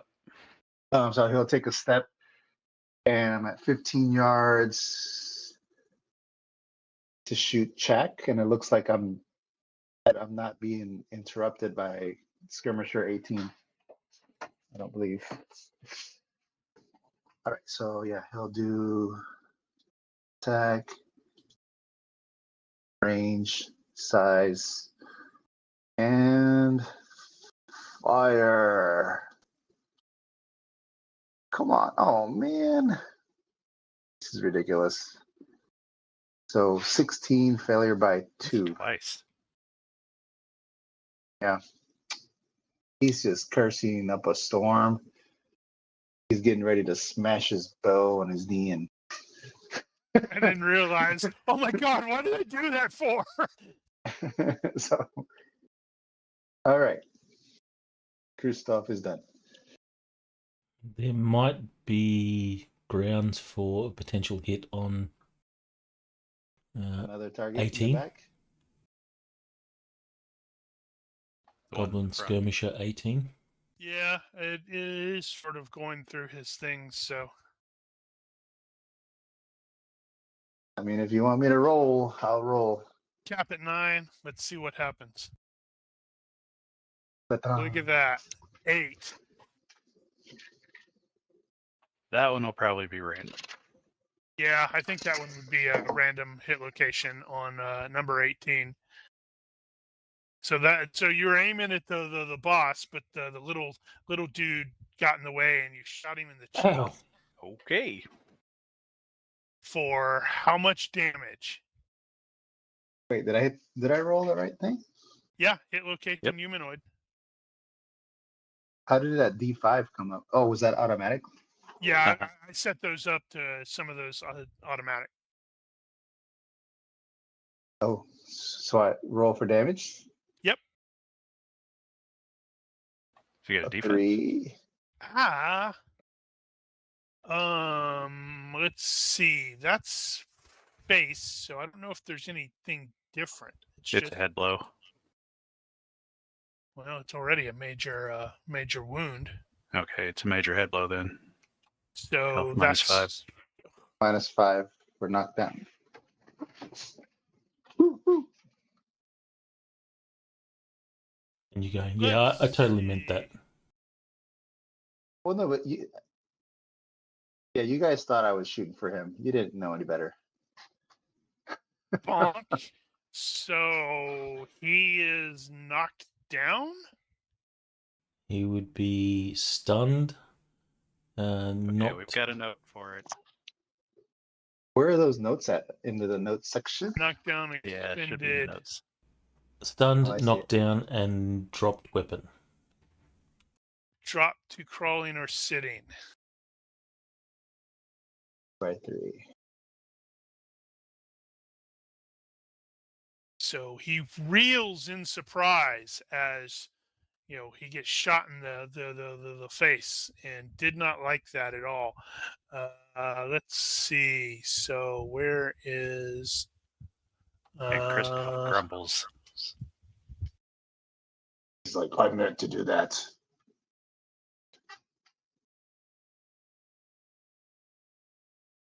what is it? Crawling or sitting? Okay. Throw that on there.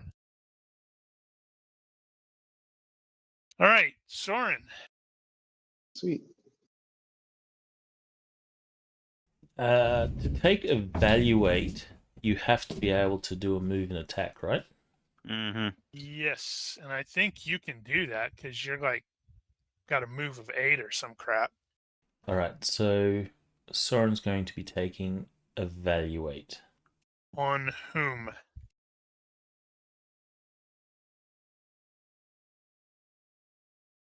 Number 14. Then you should target number 14. I will target the effect. See if that works. Target the effect. What? You can target effects. So I can put an effect on me that is targeted on someone else.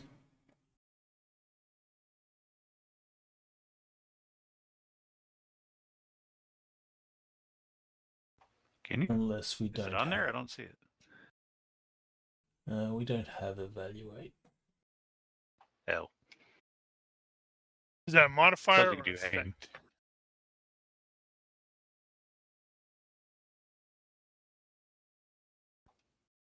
It's essentially just aim anyway.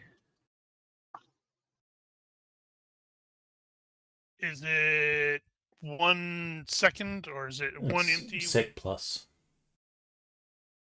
added?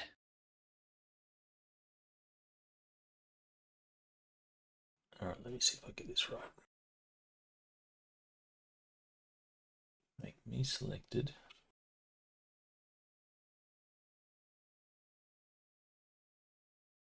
Did that work?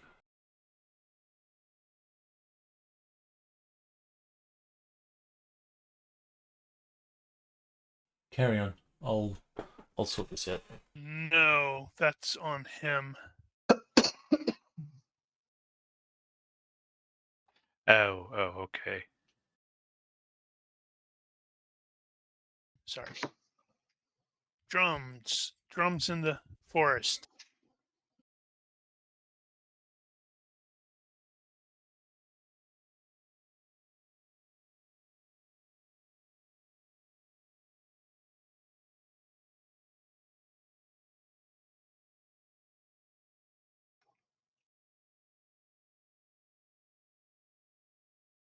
Right. Okay. So, let's see. That's a scary looking dwarf.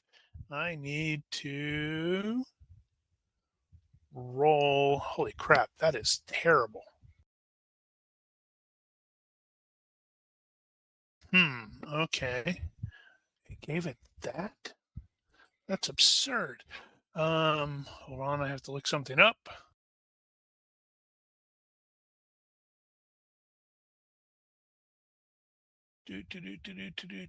Because of okay.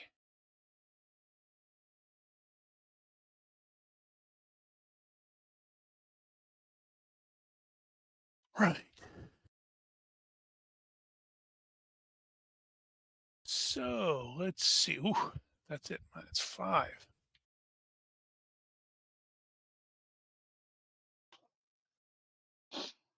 All right. So number 16 is going to actually backpedal.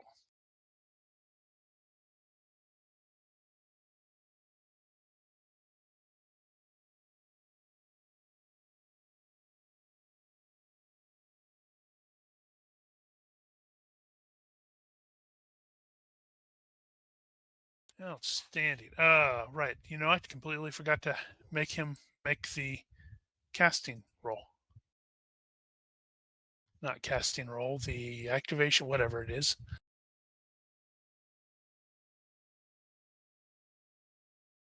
So success by 1 for that.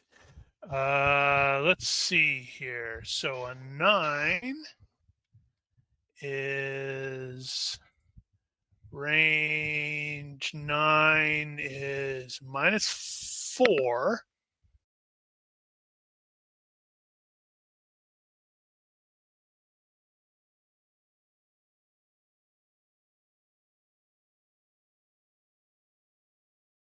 Ugh, this is not looking great for me.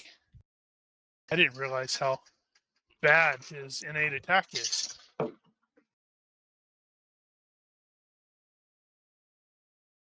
Well, let's see if he can actually connect with Is this. that an area spell?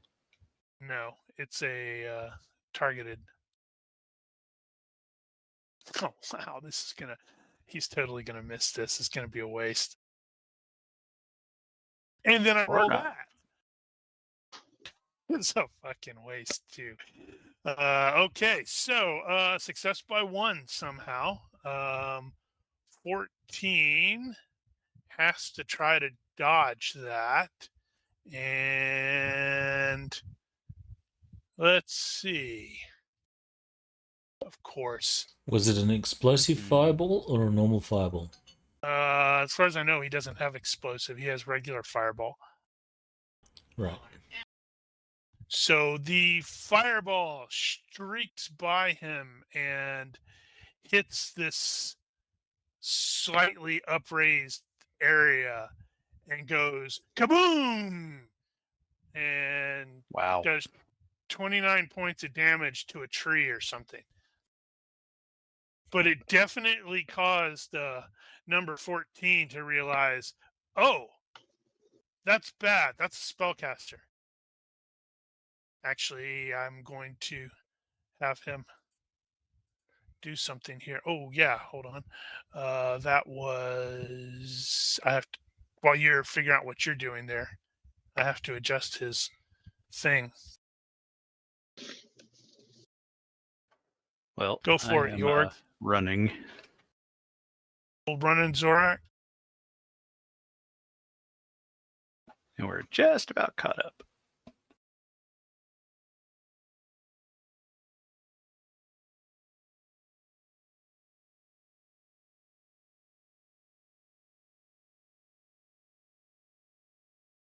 Good Lord. It didn't. Dang it. I clearly imported the wrong thing for this guy. So he snarls something at his two skirmishers, 18 and 16, who seem to have been like backpedaled in the face of Copper Tongue. Well, 18 is crawling. No, not. Yeah, that's right. Sorry. 18 is changing posture to kneeling.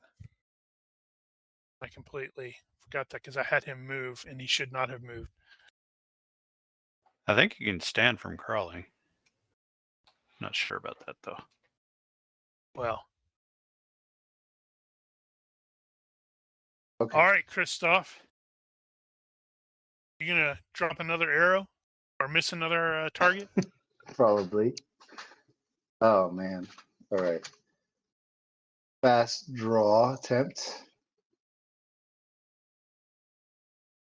Oh, failure by 1. So I dropped an Dropped it. arrow. You did drop. God damn it. This is not his day. He is going to. So I still have my action though, right? So I can. He's just going to draw an arrow. His action. Okay. And then can he still step? Step. So he left an arrow back there. Can I put like a little picture, little icon? Let's see.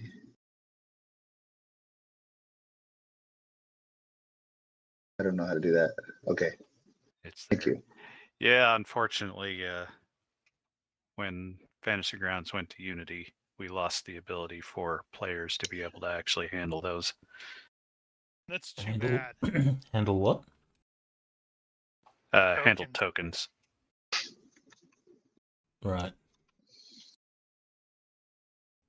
Just increasing my evaluate.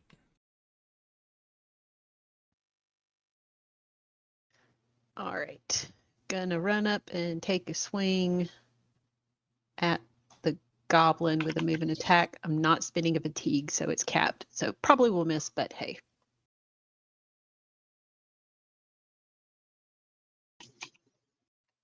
Or On it the could other hit. hand, Vitals. 16. don't think you can target on a move and attack that way. But hold that thought. Yeah, you can't do cutting attacks to vitals. Well, that's another matter. All right. Well, it's still, so take off the vitals, but it'll still be capped at a 9. So it's the same result. If you're doing cutting attacks, you could go for the throat. Effective. Yeah. Well, we'll just, it's capped at 9. So we'll just say it's a regular attack.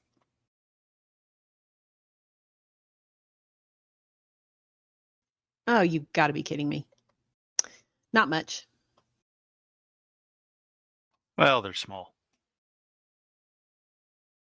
Oh yeah, did I need to do a and I think it's a +1 to the damage too because it's a mortal foe. That is accurate. Yep, so 7 damage. And I wasn't sure if size mod applied since I think Queen is the same size as these guys. In that case, no. I don't think it does. Yeah, Queen's a size mod -1. I can never remember. Well, that really hurt. He didn't like that at all.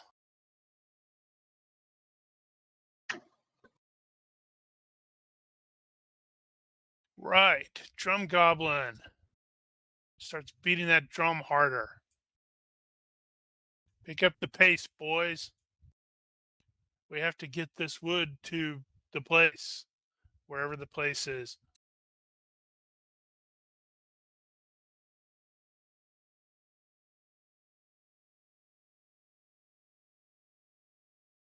And now this is interesting. Okay, so let's see here. I forgot to add something on there, on their character. Okay, so he is actually going to. He's there. He's shifting there-ish, sort of backpedaling, like maybe they're cowardly.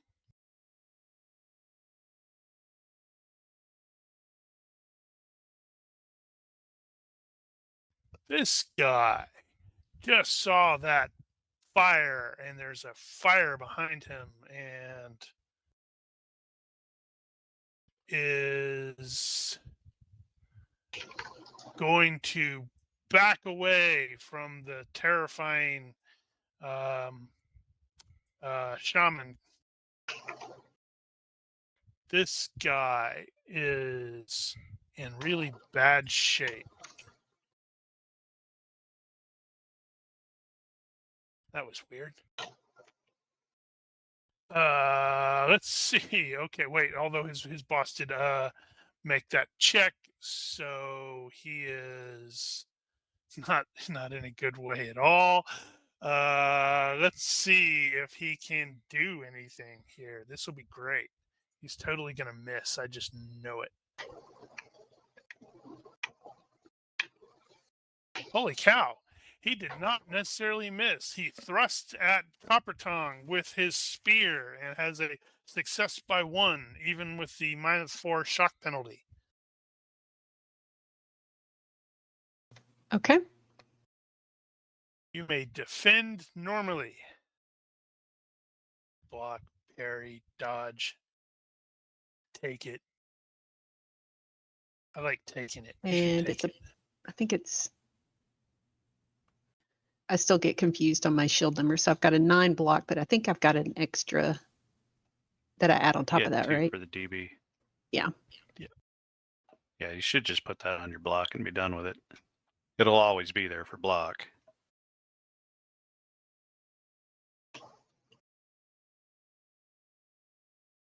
Blocked. Blank. He didn't seem to like that. Gonna have to try harder than that. This guy gets to his feet and is going to turn and start hobbling away.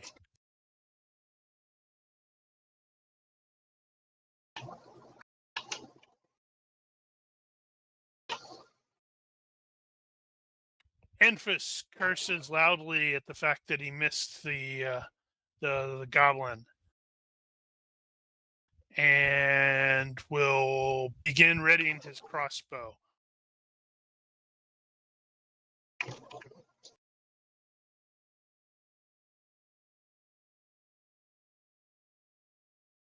York!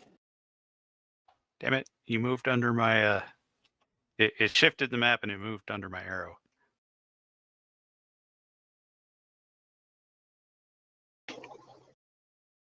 Well, I guess I can reach that guy, so... I suppose I oughta. Who are you reaching? Let's see, meeny miny mo. Now, Go to kill either the boss and steal kill from well, not really well, steal kill Copper's because Kristoff isn't hitting Copper's anything. had her has spent an awful lot of time in the hospital recently. I think think I ought to cut her some slack here. So I'll go ahead and give Chuck a bit of a swipe here. You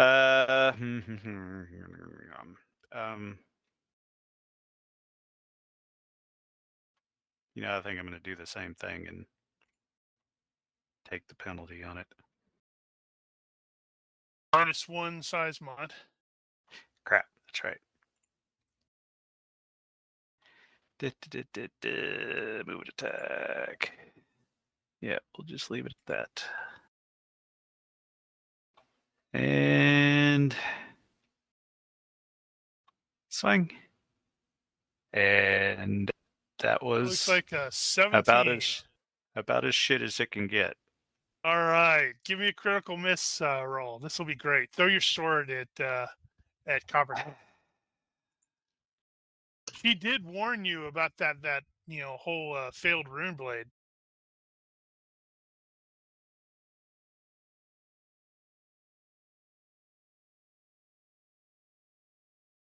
Mm-hmm. You drop the weapon. It is not a cheap weapon, so it doesn't break.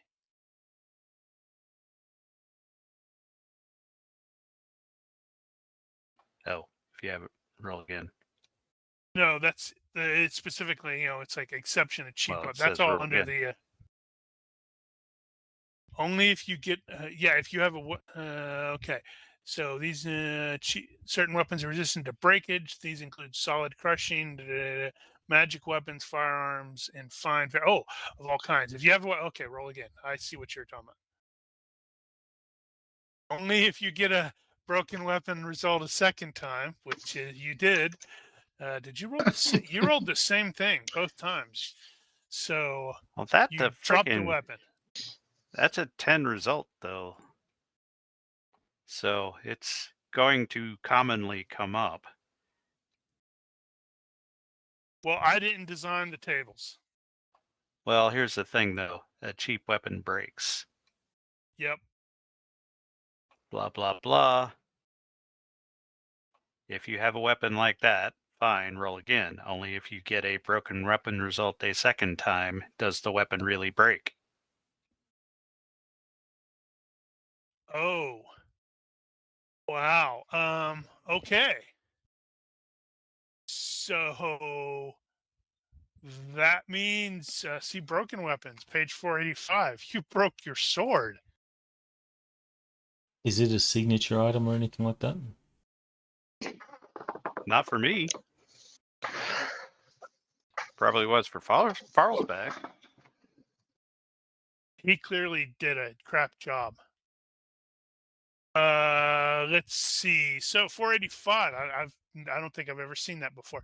If weapon is not destroyed.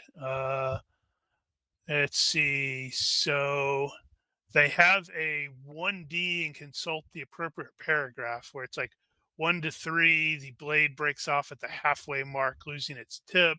It can still make a cutting attack at -2, but is useless as an impaling weapon. The thrust does crushing damage. If the sword was reach 2, it is now reach 1. On 4 to 6, the blade snaps off at the hilt. The sword is useless.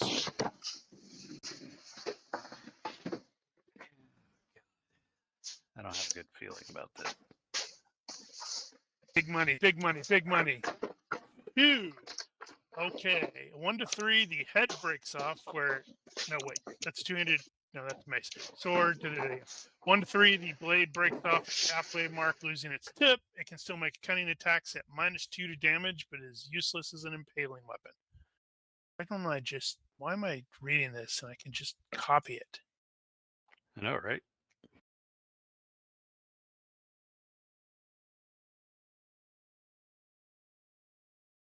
That probably ought to be a table anyway. Well, the problem with it being a table is you'd have to make one for, let's see, 1, 2, 3, 4, 5, 6, 7 different tables for it. You have to do broken weapons, axe/mace, broken weapons, pole arms, broken weapons, rapiers, and small swords, and so on. Well, I wasn't expecting you to break the sword. No, I wasn't expecting that either. That's kind of a problem. Well, it can still be sort of used.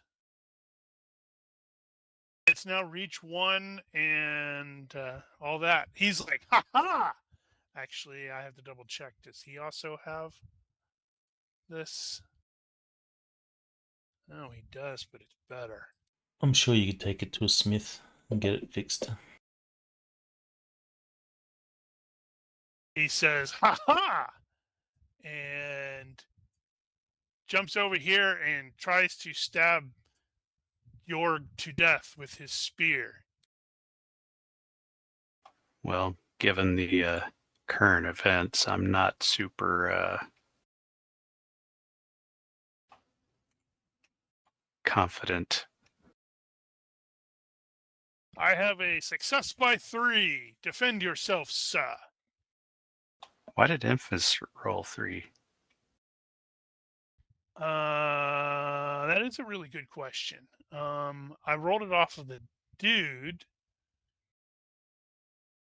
Yeah, whatever. Oh, I see. Yeah, I under the speaker identity, it was marked as Infus instead of GM because I was going to have him say something, but I forgot to do that. I can only dodge. And I can't No. retreat. You could parry, can't you? No. It doesn't say you can't parry. Move and attack. Ah. Yeah, that let's not follow that up with a injury. Oh, damn. He didn't need to move. He could have stayed where he was. He'd have to change grip if it wasn't Yeah. too. Grumble. Oh, fuck you, dice.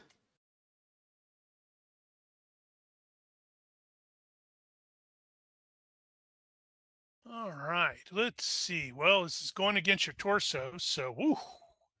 Max damage. Fuck you, dice. Let's see if I can do anything better. Nope. No extra damage. Well, you got decent God DR damn it. there, don't you? The dice have not been kind to us. Christoph's been missing.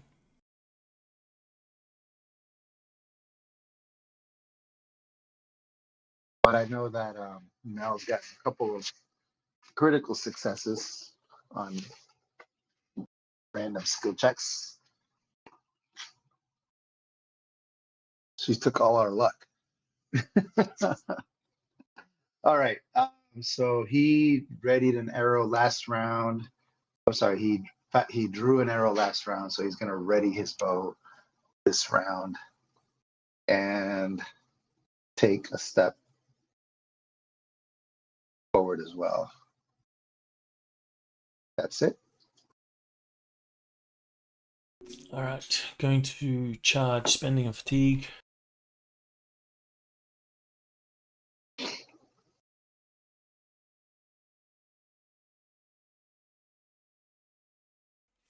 Any of you guys? Emphasis targeting skirmish of 14.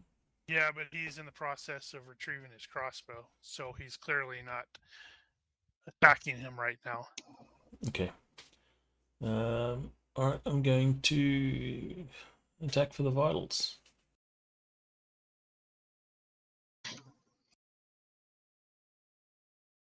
"14 does not like this. 14 wishes you to miss horribly." Granted. Plus 2 for the evaluate. That's going. Oh no, it already includes the evaluate. That's a miss.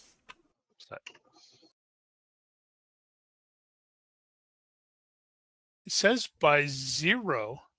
Yeah, but minus 3 for the Oh, vitals, so that's a right. miss. Size mod. And So minus minus 1 4. for... He cackles into your general direction.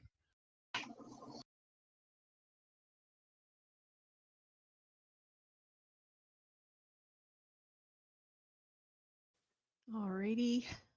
You did warn him about that crappy sword. I did.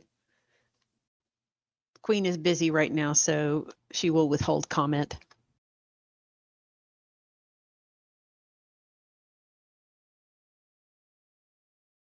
And we sold that spear. Well, luckily there's plenty of goblin spears once you kill these guys. Goblin spears. All right, neck. All right, 16 is already badly injured. Let's Success see. by 2. His parry is not great, is it? Okay, let's see. That's the best he can do. And fails to parry by 2.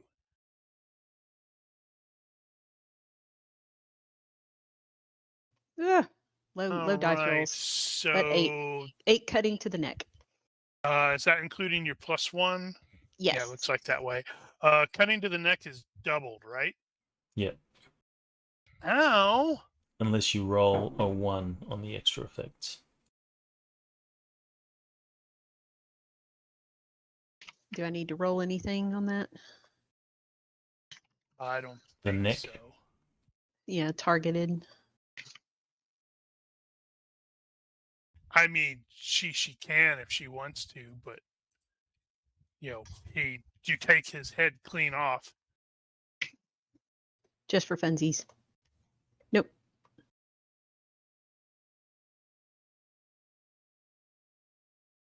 All right. Well, yes, you take that head clean off, and he goes down Nice. with a shower of blood and You should possibly make that gore. a signature move. I probably need to at this point. So you She's have made that +1 to your attack rolls. Yeah, she's done that one several times. Faster, faster, faster.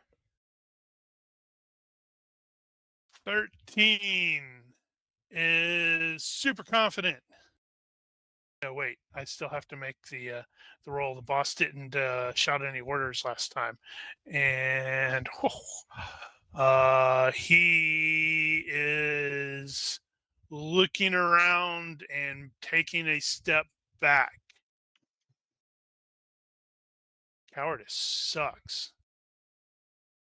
14 just got charged at.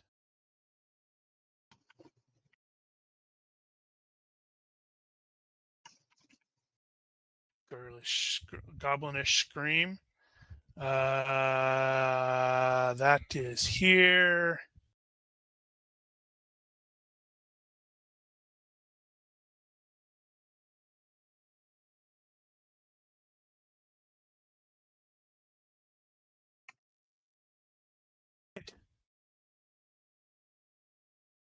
I have to look and see. Okay, so you must refuse unless threatened with greater danger. So, yeah, he is going to start backpedaling away from Soren. And I need to fix who he's targeting now, if he's targeting anybody.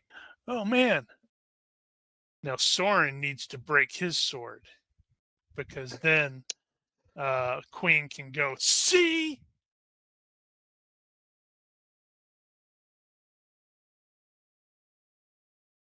He's trying to get away.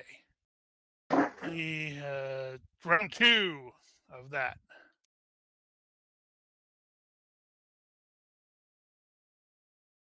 I am gonna fucking feed this thing to him.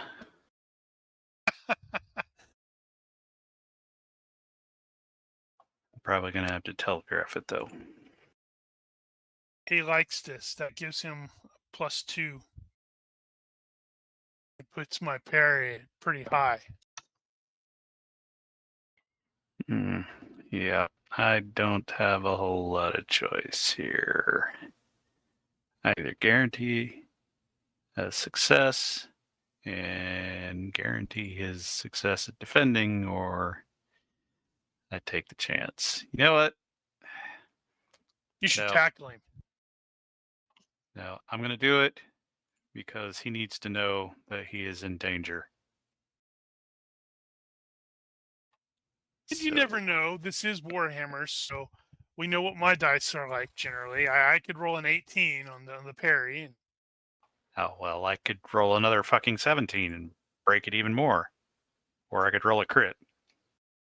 close to a crit. Almost. I did roll a crit. Success on the parry. God damn it.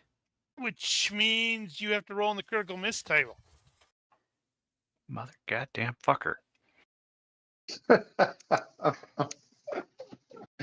Oh man, these goblins don't seem all that tough, but man,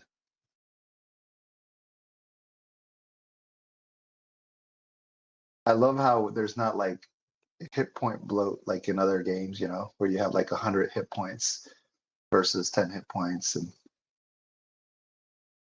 No, in this one you give them a health of 12 and they never go down. Wow. Here we look at go. Mine. I rolled a critical failure on the his thrust. So let's see what happens.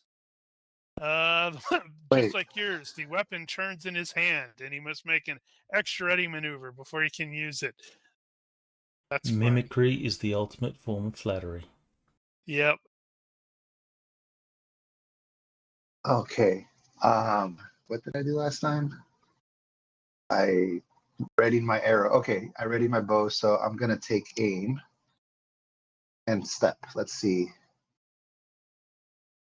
I'll try to pick off the target that's not in the middle of somebody's, with no line of sight issue. So number 13, and he will step forward. So he is. Where's aim?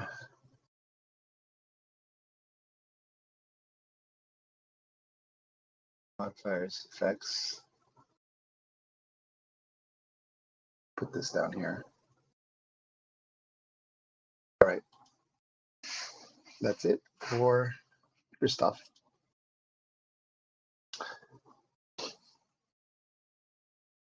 Soren. I'm gonna get in his face. You can only take a step to evaluate, right? Mm-hmm.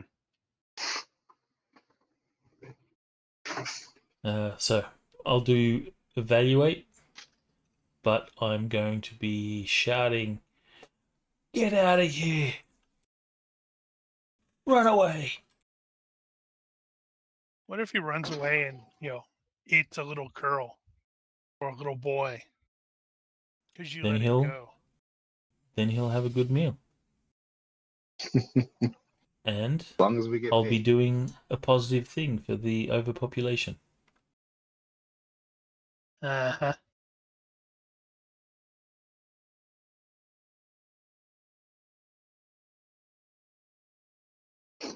Okay.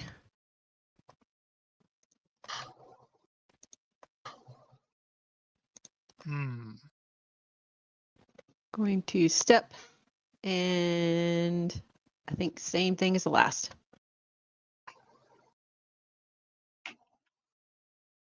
So since the weapon is turned in his hand and he has to ready it, that means he cannot use it to parry. Wait, he already used it to parry. He already tried a parry. Oh, he succeeded on a parry, so he couldn't do that anyway. Success by 5.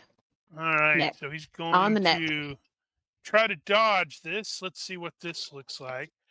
By 5. Look at that. He denied. Can I luck that and make him re-roll that? You can. I will do that.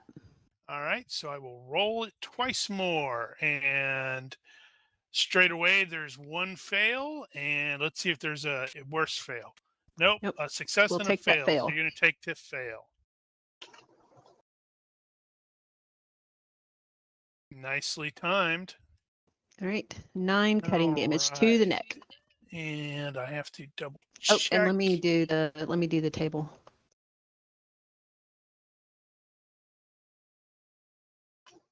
Nope, nothing.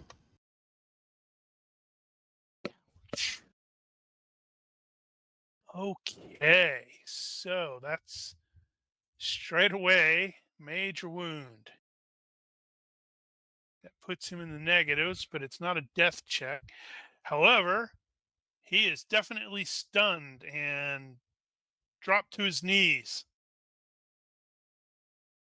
What a lovely time to do that.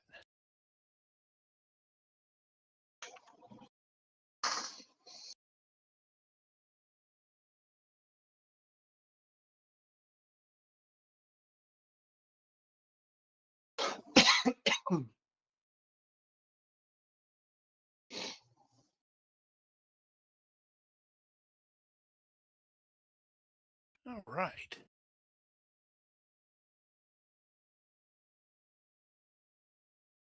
Right. Okay. So now I have to, based off of the thing, I have to, each one of these guys that is remotely facing in that direction has to trigger. Let's see. This guy turns and runs away because his boss has just fallen.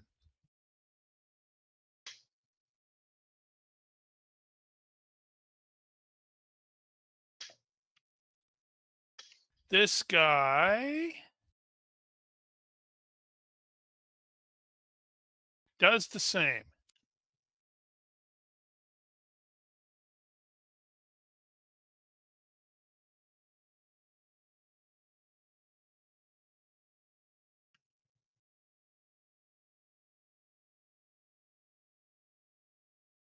This guy continues to limp forward.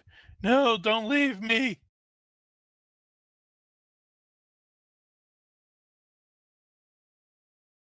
Enfys has his crossbow out now, but they're getting away. I don't think he's going to be able to hit the guy. Well, Jorg, your fellow is right in front of you and is stunned. Mm-hmm.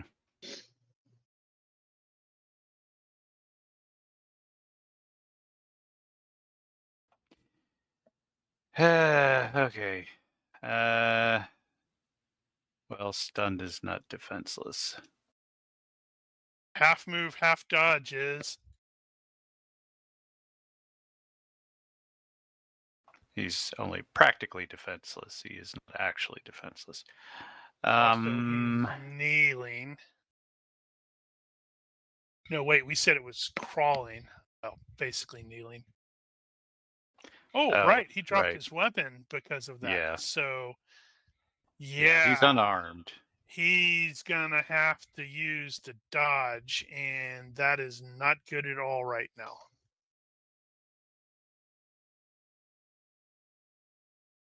All right. I need to do 3 things. 4 things. So, what probably happened was, as we clashed my sword and his spear, probably knocked both weapons out of each of our hands. We were both kind of juggling them just as Copper shows up and slashes his neck. So I'm just going to let it fall. Gosh, gosh, gosh. I'm going to first fast draw my knife, which is probably going to fail because, of course. It didn't. Oh, okay. Well, there's that. That's a start. Successfully fast drew a knife. All right. I'm going to all out double. Stepping into close combat. I am going to seize him by the scruff. What's left of it. Which, let's see. Judo. My targets are, I guess we'll call that the head. Grab. Yeah, that's shit. We'll telegraph that.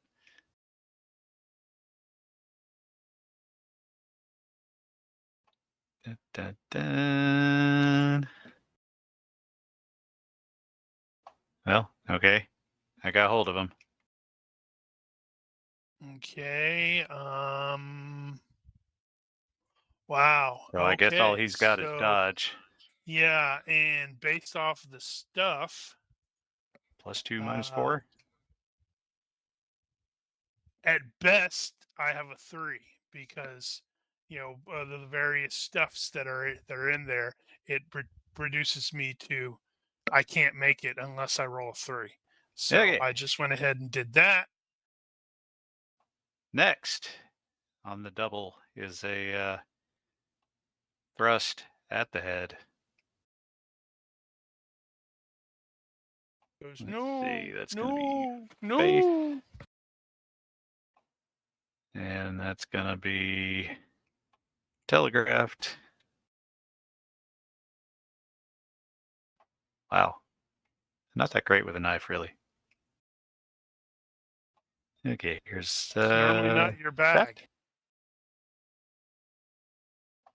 I forgot the size mod, but that makes it a 0.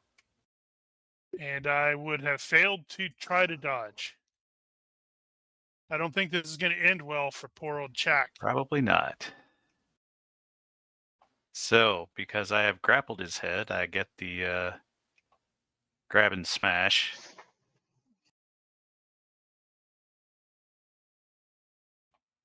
And before I do that, I need to do the head blow.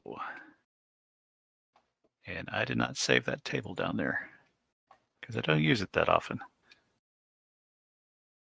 That is hit location. The face, not the skull. The nose. Mm.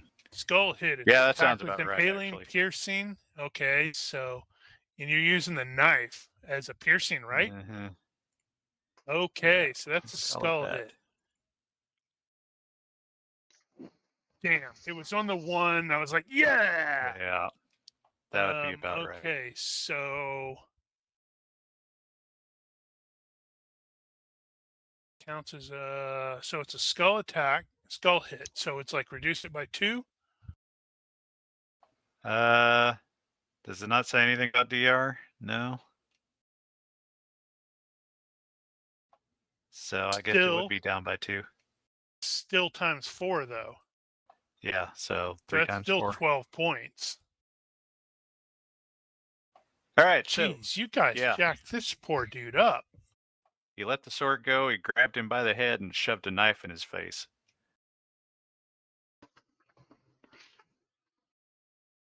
And he died, straight up died, because that was a death check. And I failed by 1. I am not sorry.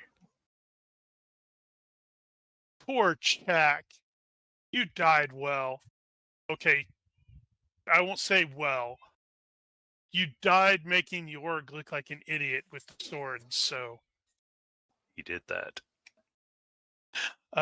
So yes, you stab him, and he gurgles as you twist the knife around or something. And at this point, it looks like the goblins are running away, unless anyone is attempting to shoot and or pursue.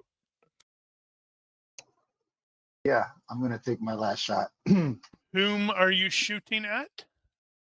Number 13. Okay. It's like, die, you filthy goblins. I'm gonna probably critically miss. 8, success by 5. Okay. They are facing away from you guys, so they were in full on flight. I cannot dodge. All right, so arrow in the back for 9 impaling. All right. Roll the torso thing, the chest, just to see if like you. Oh, look at that! Shot him in the heart. Kidney. From the back. 27 points of damage. It says that from the back, it's a spine strike.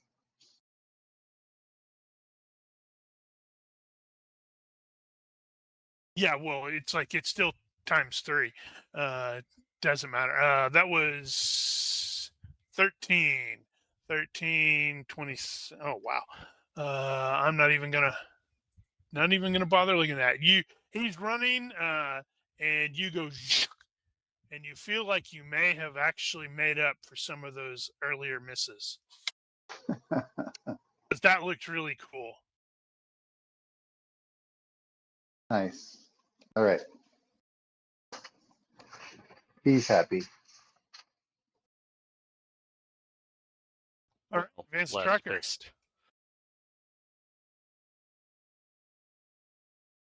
Oh, sorry.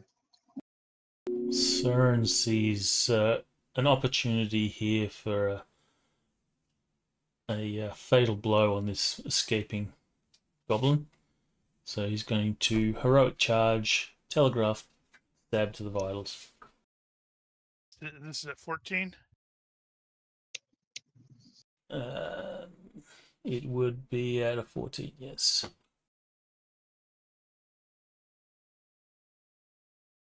Or should I swing for the neck? Nah, go for the vitals.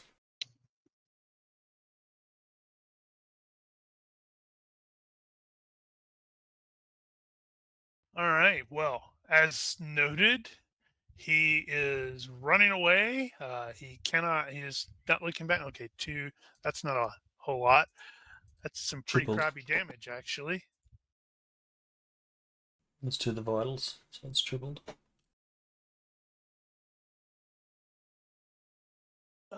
Okay, so if it goes into orange, that means it is a major wound.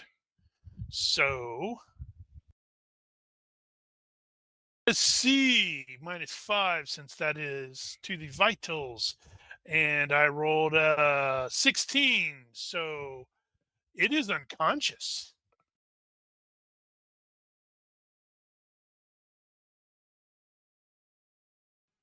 And I don't know if anyone else is pursuing, but Søren doesn't have any particular desire to further this combat. He'll let the ones running away run away. But he'll do Christoph a favour and he'll go and collect the arrow from the guys that Christoph hit. Thank you, Soren. How many arrows did you fire and hit? I think he Count fired 3 3. times, and 3 one plus of 1 them drops. Okay, 2 so hit. the arrow is recoverable on the one that you hit. Oh, you got 2 2 of hits, them did hit. you? The cheek on the one guy. Oh, right. Okay, Yeah. both arrows are recovered. All right. So, Copper Tongue, is she continuing after the? Well, honestly, it's 18 is the only one that is still upright, and he is very clearly limping along, but he seems to be moving as fast as you do. Queen will immediately take off in his direction. If it is my turn. Yep.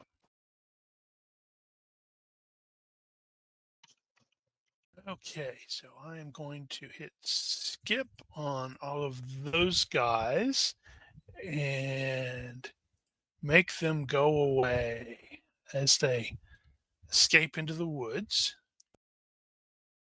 Right now, there is one guy who is limping away. He is moving at 3.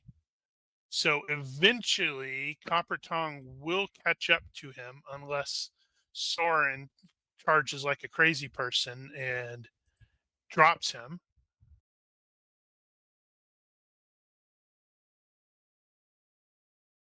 Well, it sounded like Søren had enough. Yeah, Søren. Yeah, so okay. He got his revenge.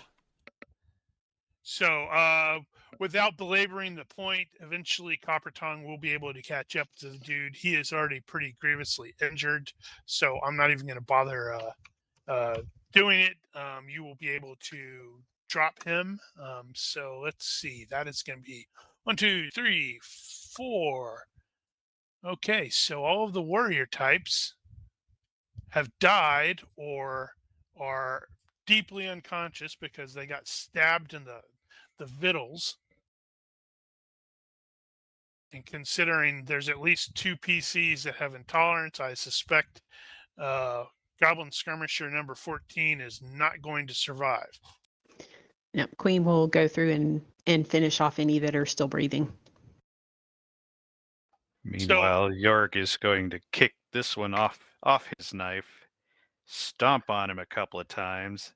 Oh, man. Spit on his fucking corpse and then say, "Ow." And of course, right, yeah. check the bodies for coin and stuff. Let I see. What did I not have? A thing. Are you serious? I didn't. Oh my good God. Let's see. I know I have it. It's on here somewhere.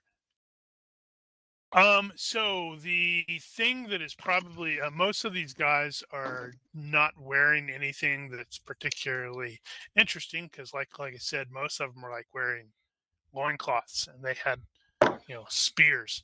The leader has what amounts to a SM-1, not breastplate, corselet, but it is not made of steel.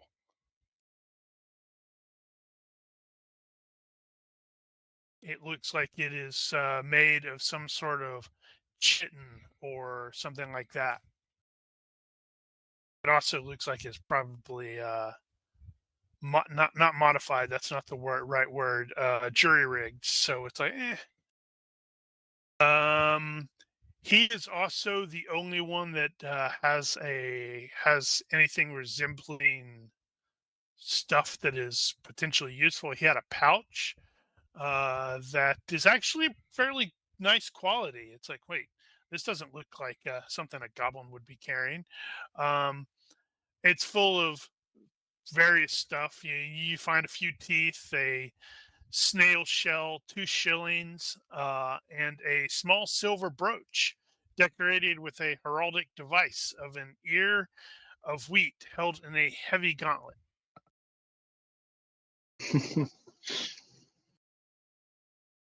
No, I'm feeling dumb that I didn't snip that.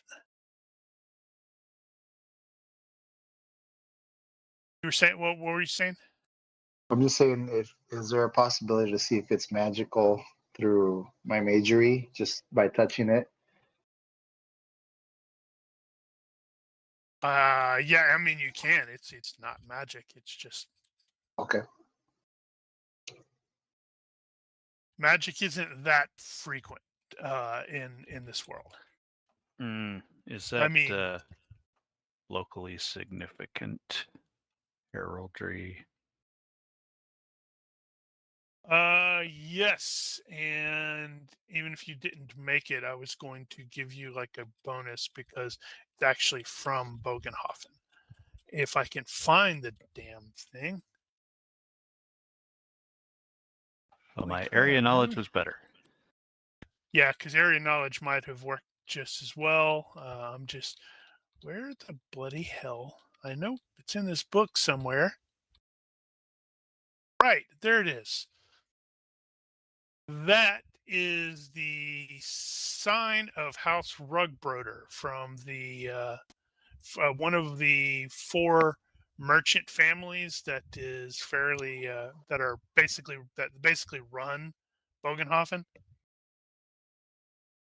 Yeah, I definitely know these guys.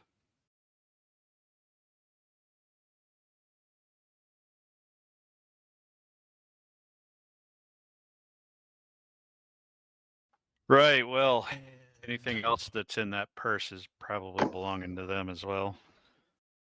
I don't know, maybe not the teeth. Possibly the teeth, though. You never know. I mean, these are goblins.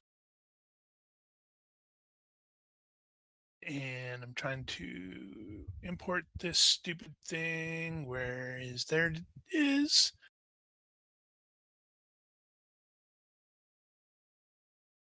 Bah! It didn't do what I wanted it to. It just did what I told it to. I hate when it does that.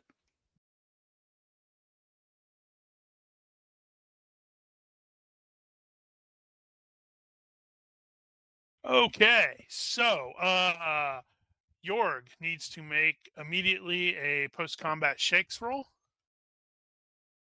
All right. Yay, I remembered it. He He is also potentially bleeding.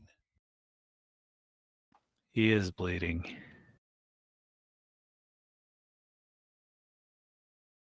Right, there. Barely, but he's a little shaky. Probably because he wasn't expecting that sword to break in his hand. I mean, really? What the hell's up with that? Some of the shaking is just anger at this point. All this for a bunch of fucking greenskins. Okay, so how long does first aid take in the to It's do the 30 initial? minutes, isn't it? I mean, 1 2 minute to the for the initial. bleeding. Okay. Bandaging is 1 1 minute. minute. Right. So at the end of every minute after being wounded, make a health roll at -1 for 5 hit points lost. So that would be Jorg, health -1, while Right. Christoph is trying to recover or trying to possibly bind him up. I did make a thing for that. On a critical failure, you bleed 3 hit points. On a fail, you bleed for a loss of 1. Not All today. right. You do not bleed this minute.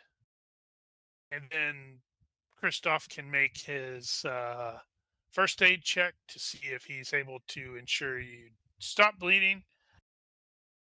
Meanwhile, -1? I inspect my brigandine, figure out how the hell he got that thing through the plates.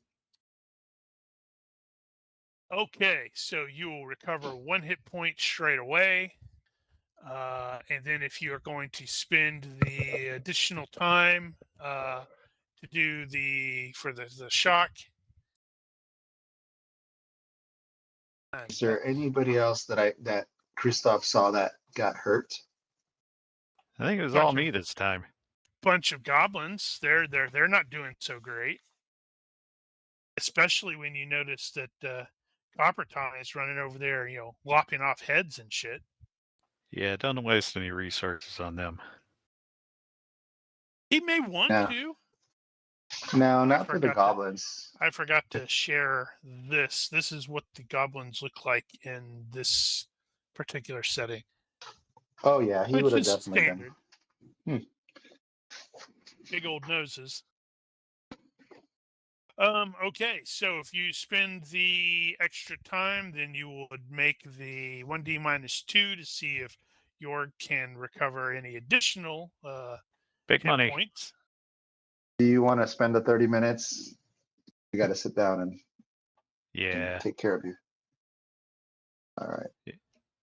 probably around time to roll stop anyway. Good. I 13 don't success by think 0. do you need to actually make another roll for that? I Don't know, remember now. actually. Now that you say that, I don't know. So we can recovery, sure you're looking it up. bandaging, blah blah blah, trading shop, make it.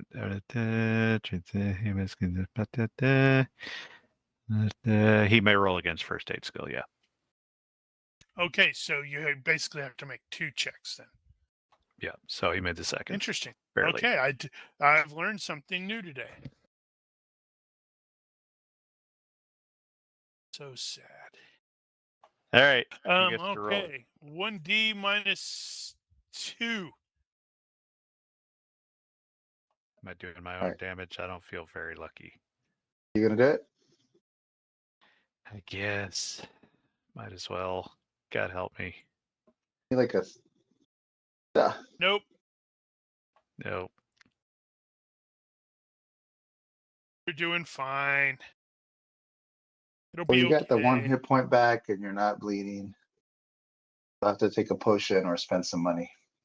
What potion? I am not particularly happy right now. I can't believe you did that. Jesus Christ, yes. It's so funny. I was so looking forward to using that fucking sword. Get it repaired. I don't feel like that's something you can just fix. The damn blade snapped in half. Yeah, I'm sure a Yeah, smith Queen- could do it. Yeah, Queen can take a look at it and and- but can't go. but Yeah, it's junk. yeah, she'll give you grief. She'd be like, if you want me to look at it, I'll look at it, but this thing's a hunk of junk. Well, I'd rather, I suppose, have a functional hunk of junk than a knife. An orcish knife. All that right, I looted. if you say so. So we'll just bag up all the bits and when we get back to a place where she can have access to an anvil, then she can try to take a look at it. Now, she didn't actually make her anvil, did she? Nope, she failed the roll, but I haven't. When we get another break, she'll try again. Well, when we get back to Bogey, I think there's a Smith guy lives pretty close to my family. Probably use his. Unless he's not there anymore. Unless he's not there anymore. I haven't been gone that long. Gunnar and Holt are like, oh, wow. Woo. That was, woo. Ow. Heart's still beating really fast. That was scary. Guess I didn't get to shoot anybody with my gun. Just as well. Bullets are expensive. There are, well, I guess 5 spears. They're not of great quality, but they're there. Neither is my sword, apparently. She did warn you. It's true. You just wouldn't listen. It probably snapped right at that rune. Mm-hmm. Yep. And now Soren's going to be thinking, is this going to happen to mine too?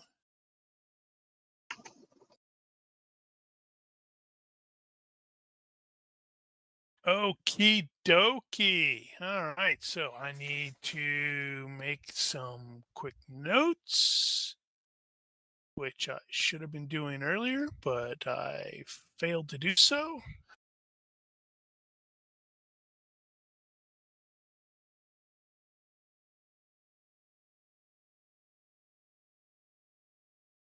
It's 5. Okay.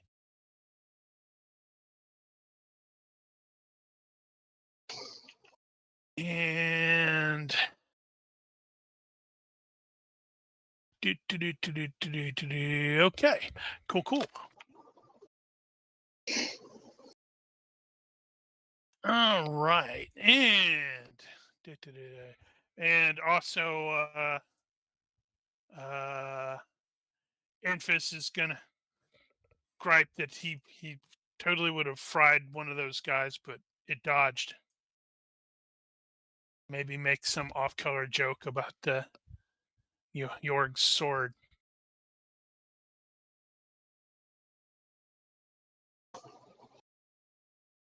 And once the time has passed, and you guys are going to be sitting there, doing the binding up and such like that, and you're going to hear the clatter of more hooves as a coach is driving past or approaching from Ubersreich, and it sort of slows down, and the driver's shouts out, well, what happened? And, then sees, oh, goblins.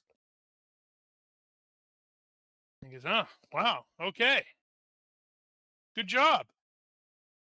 And then they pass around and keep on going. And this is an actual coach, not a wagon like yours. So there's probably some passengers in there. In fact, you'll probably see some of them poking their head to see what's going on. The roads are not safe. You should travel with us and be safe. We only charge 10 gold. Or 10 silver.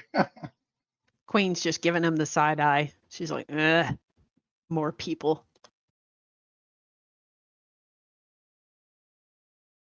Unless they're willing to pay. Not that willing. They've got a guy up there with a shotgun, well, a blunderbuss. So, driver and gunner, and hopefully that'll be enough. And then once Jorg is, or Christoph is determined, okay, Jorg is well done. We're done with the shock treatment. Although he does seem to be a little greedy, based off of the fact that his sword broke. It's like, okay, Gunnar will be like, all right, let's get back on the road. We can get to Geissbach in I don't know, a couple hours. He's like, sorry, Georg. He's like, your injuries are beyond me, but at least I've staunched the bleeding.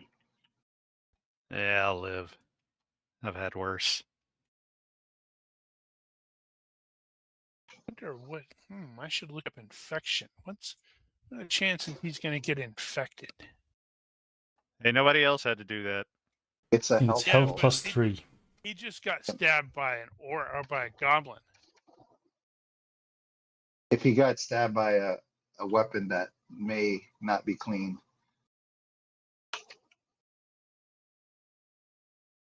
Let's see. Yeah, I do have I may have had the rules for the infection thrown up there. People wounded under less than clean circumstances. GM's decision. Blah, Although he received treatment, so that's sad. Okay, so you will press on, and you will reach Geissbach in a couple hours. It is a small, fairly typical Reichland village, where with farms around the village and such like that. See, we even have a groovy little map there. As with most other Reichland villages, it does have a wall around it. It's obviously a wooden wall, but it's a wall nonetheless because, well, random goblin attacks and beastmen attacks and all that jazz.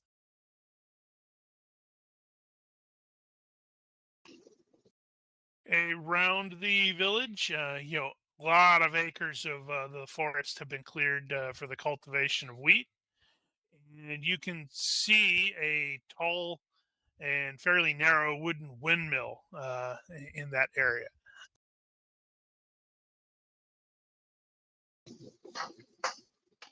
The Gunnar is he turns his wagon into the village, and what the heck is that noise? Somebody banging on their computer. And as you are entering, you will see, well, there is a lot of people here that are doing work. It's like village work, even. Farmers and maybe some kids out. Maybe playing. Probably not. They're peasants. They don't have time to play. There is a fairly over here. Yes, there's a fairly large field that is like that you immediately pass as soon as you enter, and at the end of this field is a fairly large pile of branches and bunches and stuff like that, and on top of this pile is a figure made of wood who looks like he is wrapped in a red robe. It has like this scowling tin mask and a pair of antlers on its head. Okay. Is this familiar? I don't know, not necessarily, not off the top of your head, no.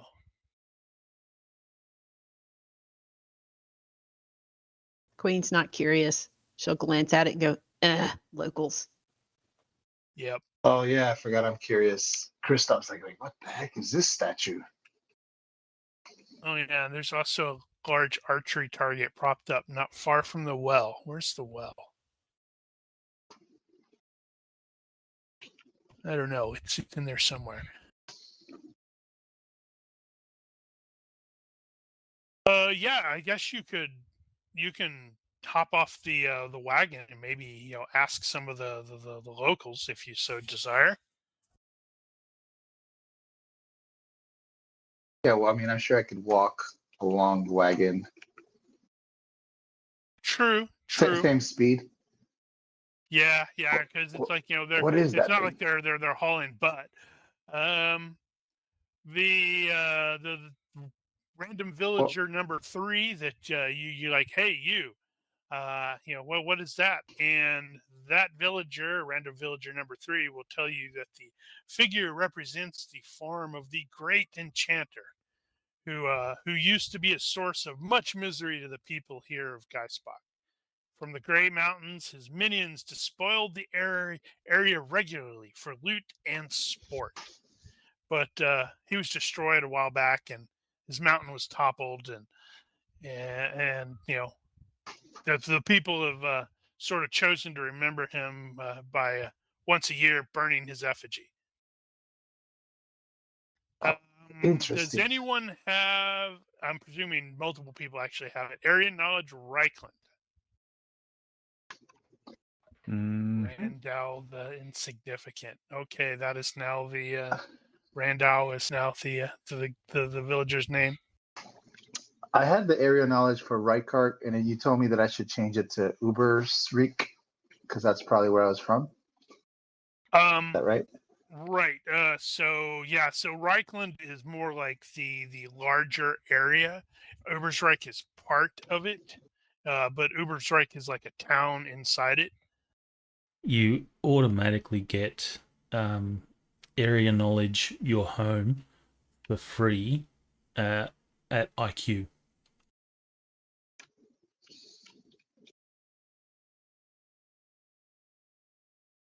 Which, generally speaking, makes putting points in area knowledge for your home kind of pointless unless you actually raise it above your IQ.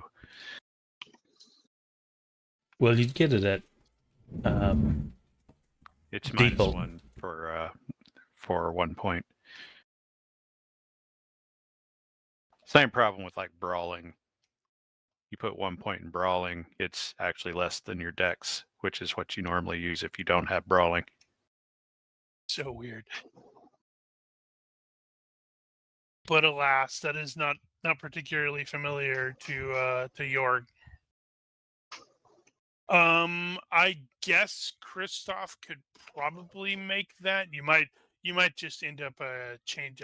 I may have been mistaken. You probably could get away with just having that as Reichland instead of Ubersreich. I mean, if it's gonna be useful in our travels, then yes. Otherwise, I guess it don't matter. Yeah, I'd go ahead and change it to the Reichland, because that's going to cover a larger area, and it would make a bit more sense with him like being something of a traveler. Okay, then let me just roll on it.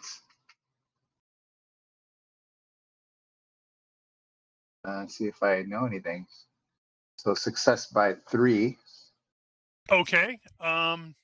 You will realize that the villagers are referring to a powerful sorcerer who was named Constant Drachenfels. He was a necromancer, demonologist, and generally a bad guy.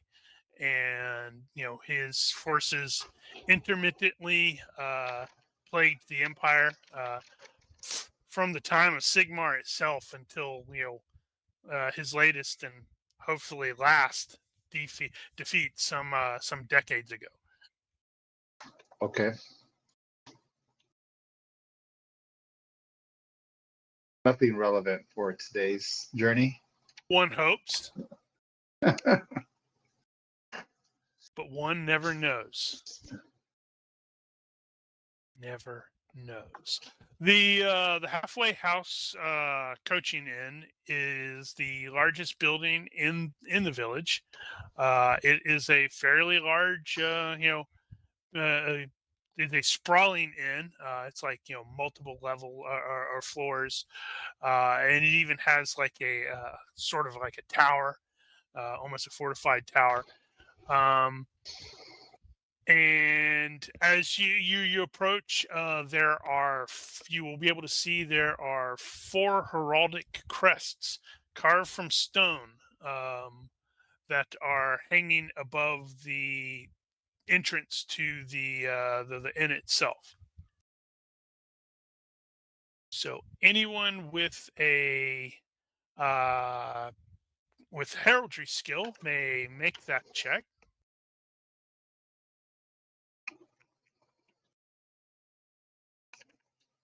Man. Nope.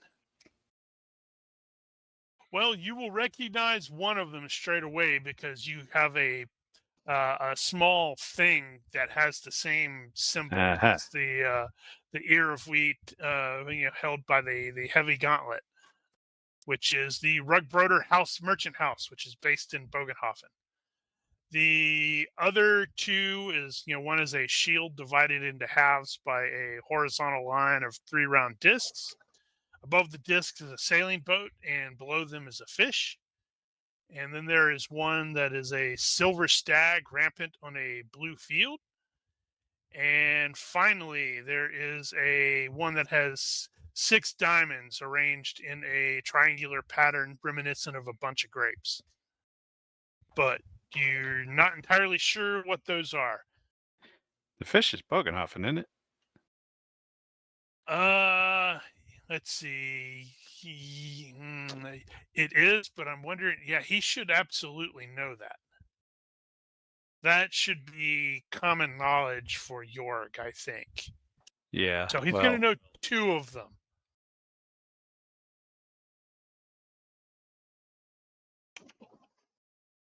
Now, he's absolutely is this seen... considered like a sister town of Bögenhafen or anything, or is this just on the way? This is just a village. Yeah, okay. This is just a village. He knows he's seen the 4th one with the 6 diamonds arranged in the triangular pattern, but he just for some reason he just can't quite place. It's like, where I've seen this, but I may have been drunk at the time, so I'm not sure if I entirely remember where I saw it. Speaking of which, I should be drunk at this time. The inn, upon entry, you will obviously head directly to the stables. There do not seem to be any stable boys, which other than this place, there's not a lot of activity. You will see that there is a coach. It is not the one that passed you just a little bit ago, but definitely a coach that is in here. Its horses are already stabled and such like that. Holtz is gonna grumble of it's like he sees them, like it's like, oh, I see Jurgen hasn't gotten around to hiring anybody yet. As he and Gunnar begin undoing, or once they've got the wagons into the appropriate spot, and they start unhooking the horses and doing the whole wipe down and such like that. Wipe down. I'm not sure if that's the right word. Brush down. Down. Right. Whatever. Damn it. That's something else I freaking forgot to do. I love it when that happens. What time is it? Okay, it's getting close. Right. So, as they are dealing with the horses, they are going to comment that it's like, well, we're going to leave it up to you guys about how you want to, what your schedule is or whatever to keep an eye on this stuff. They will ensure that you have at least a room, or not a room, but a bed for in the common room. If you end up wanting to change that, upgrade it, then that's entirely up to you.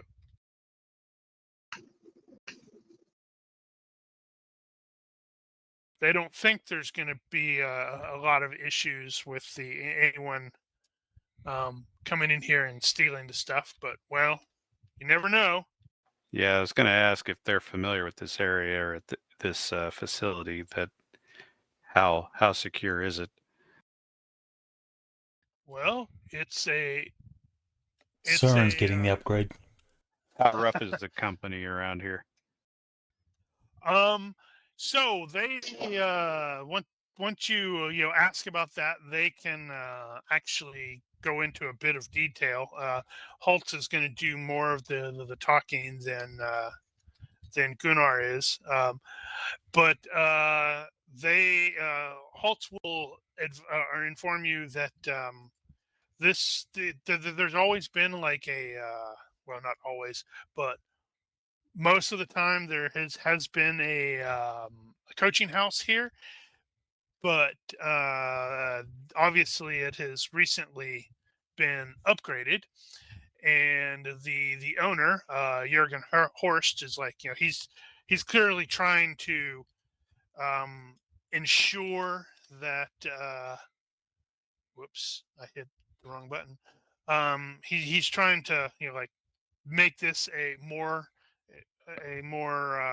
frequented location, even though it's a bit closer to Ubersreich than most of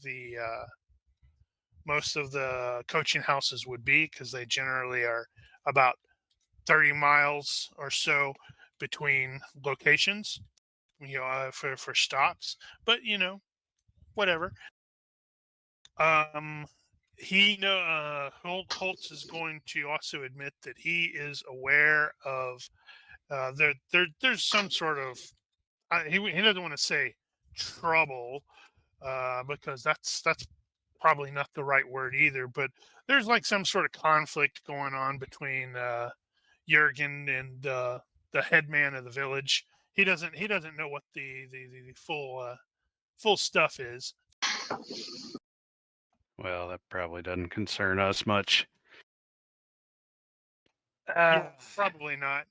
But yeah, I mean, there's always people who like to poke into things that they shouldn't, and maybe like leave with something they shouldn't.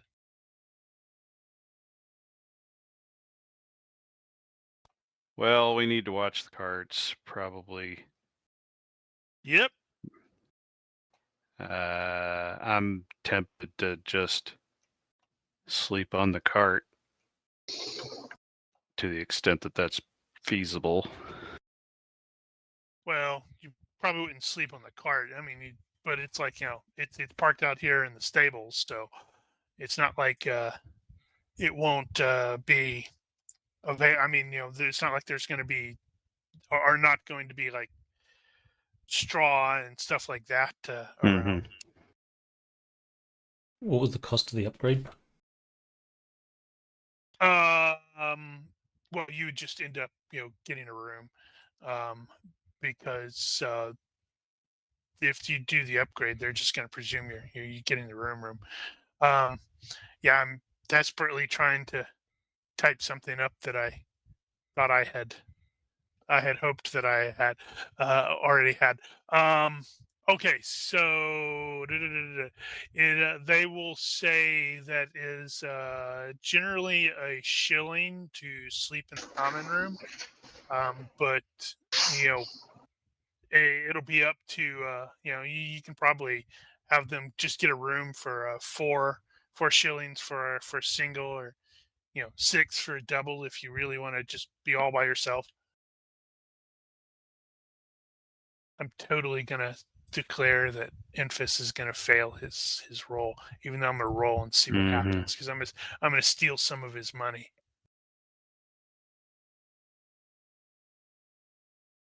Nope, he failed that. He's totally gonna get his own room. Yeah, Christoph will also get his own room. So Soren's paying the 4 shillings, whatever that gets him. Yep, single room. Yeah, so they will actually, I should have had Gunnar go in. Gunnar should have gone in. That's why Gunnar didn't talk about it, because he went in to start arranging the various stuff while Holtz is yammering on and undoing the horses and wiping them down and going, "Who's a good horsey? Yes, you are." Okay, so the Gunnar will come back out, and let everybody know that yep, he's definitely arranged for any for the blah, blah, blah, the common rooms, and then that's when you can screw that. I want a bed. Like, yeah, okay. You can chat with the with Jurgen. What are it's probably about 5 o'clock, so it's still a couple hours before the sun actually goes down. What are the planned schedules for, like, keeping an eye on the stuffs? Are you going to just have one person sleep out here? Are you going to have like a rotating guard shift, all that jazz? Sounds fair. Christoph can do a shift. Yeah, Queen can do a shift. Søren will do a shift as long as it's required. Otherwise, if there's enough people do a shift, he's happy to be lazy.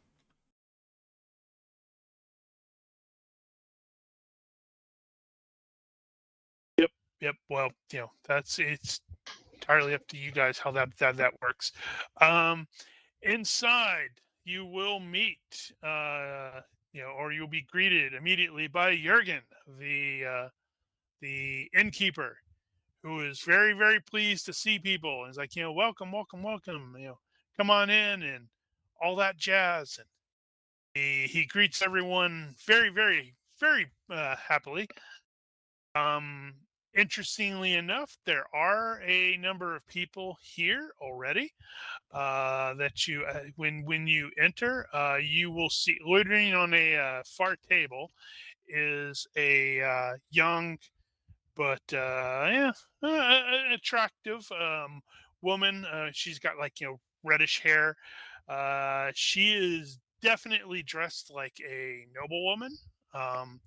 And she seems, there is three other people that are sitting at the table with her.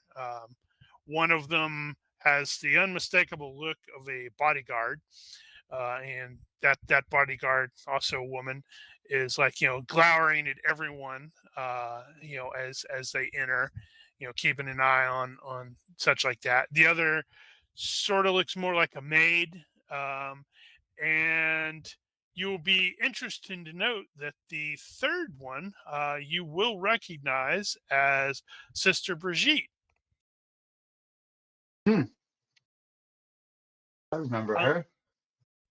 Leaning on the bar itself is a fellow that looks like he is maybe Bretonian. He's at least dressed that way, and I'm gonna get really upset if I can't find the dang.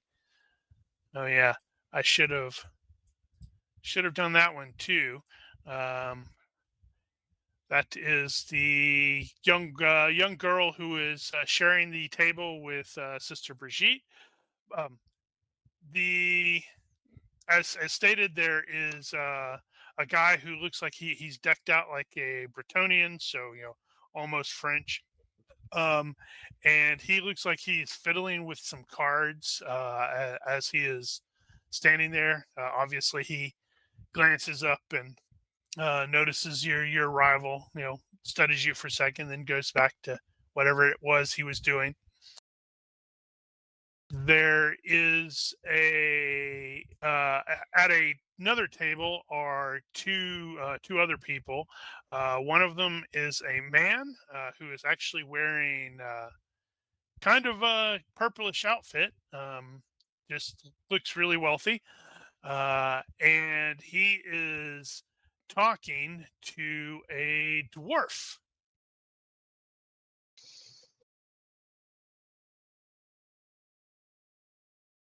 And now I'm realizing I totally yes. So as you enter, The individual who you will eventually learn is Yost and Borgen. The individuals seem to be in a something of an argument just as you enter, where the Borgun states is like, imply, I'm stating it clear as day. There's hardly a secret Ubersreich that he's run up a lengthy bill in every gambling den and bawdy house in Bordeloo. And Yost is like, for Sigmar's sake, keep your voice down. They keep they keep arguing for a bit until Yost is like, please excuse me, and he stands up and leaves the interior for a bit. Oh yeah. And good old Jurgen is going to advertise the bill of fare that he has that is available. Pottage is, that is covered by the food that is, or the that is covered by your, I don't know, what's that, contract, whatever. But it's just like, a bowl of stew, so it may not be super great.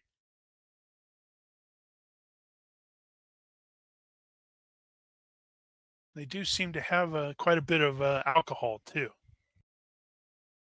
Well, that's good. Yes, indeed. Queen Okay. will take whatever's the caravan's paying for. It's like, yep, take the stew. I hope it doesn't taste like what's her faces in Lord of the Rings. Okay, so there are 3 people who are upgrading their rooms, so they're spending the 4 shillings. Is it just 3, or is Copper Tongue and Jorg also doing this? Well, point of order: if 3 out of 4 of us are upgrading the rooms, and 1 out of 4 of us is going to be on guard at any particular point, then we could probably just hot swap one of those rooms. Well, if you can do that, that'd be like considered a double room, which is 6 shillings, not 4. No, it'd be 1 bed. Maybe. Also, if you are wanting a bath, those are like a shilling per person, and those will, take a bit of time to heat up, but they are possibilities. Yeah. Anyway, York was planning on probably sleeping out with the carts anyway, so He's gonna be stinky in the morning. well, maybe. Yes. For Queen was going to command room it, but if Jorg is going to be setting up out there, she may just go park it in the stables as well, and they will just be smelly together. Is that phrasing? That is not a euphemism. Yes, so Gunnar and Holtz, they're like, okay, that's fine. Also, they would very much like some alcohol, so they can start throwing some down.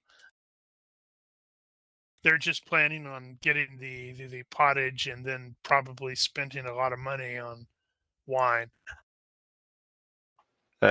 Jörg is planning on I'm just dropping a shilling for like 4 pints of ale.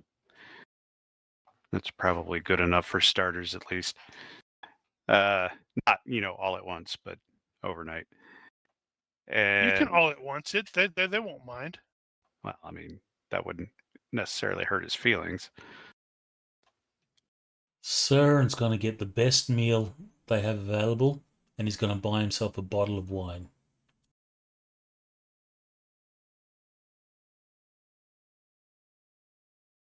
Which kind of wine? It looks like they have lots of wines. He'll get a good red. 1 shilling, 10 pennies. And how much is the meal? Is that 2 shillings? Did I not put that on there? Hold on, let me double check. Right. So the venison is currently sold out. So right now their best is the mutton. So that's 1 shilling 3 pennies, right? Yep. So 2 shillings 13 pennies.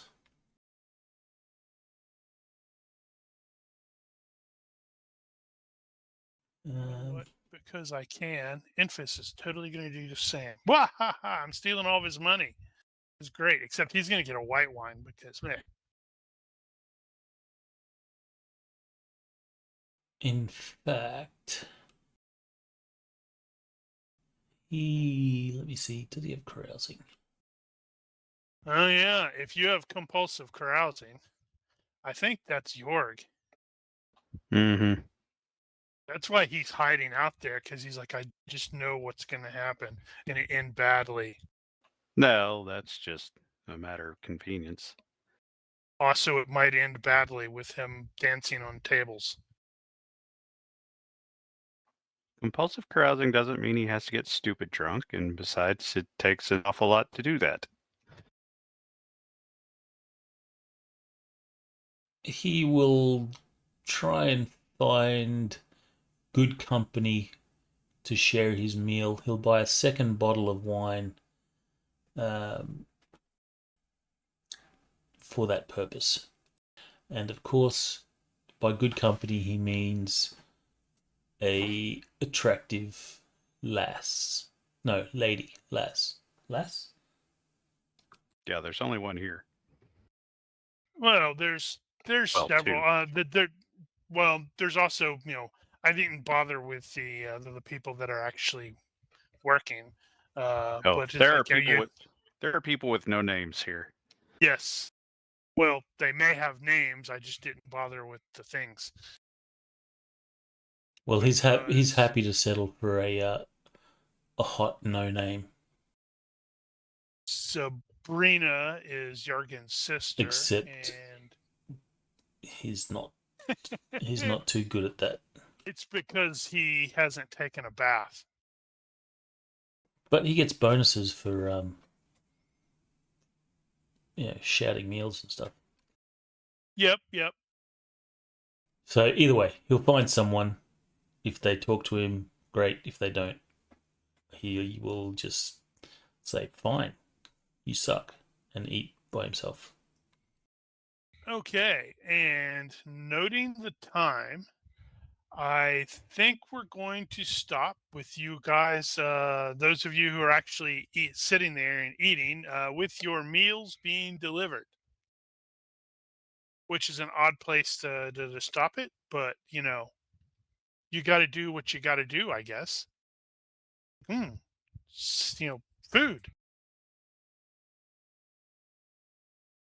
And I'm certain that Food won't, is useful. yeah. Food and quite possibly more importantly, alcohol. That is more importantly. That is, quite possibly more importantly. And with that, we will fade to black, cue the music, roll the credits. And if you are watching or listening to this and you have comments, questions, complaints, general heckling, etc., feel free to leave a comment here or find us at Discord. Please consider liking and subscribing to our YouTube and Twitch channels, or don't. I'm not your dad. Anyway, thank you for watching. Olympus out. Good night.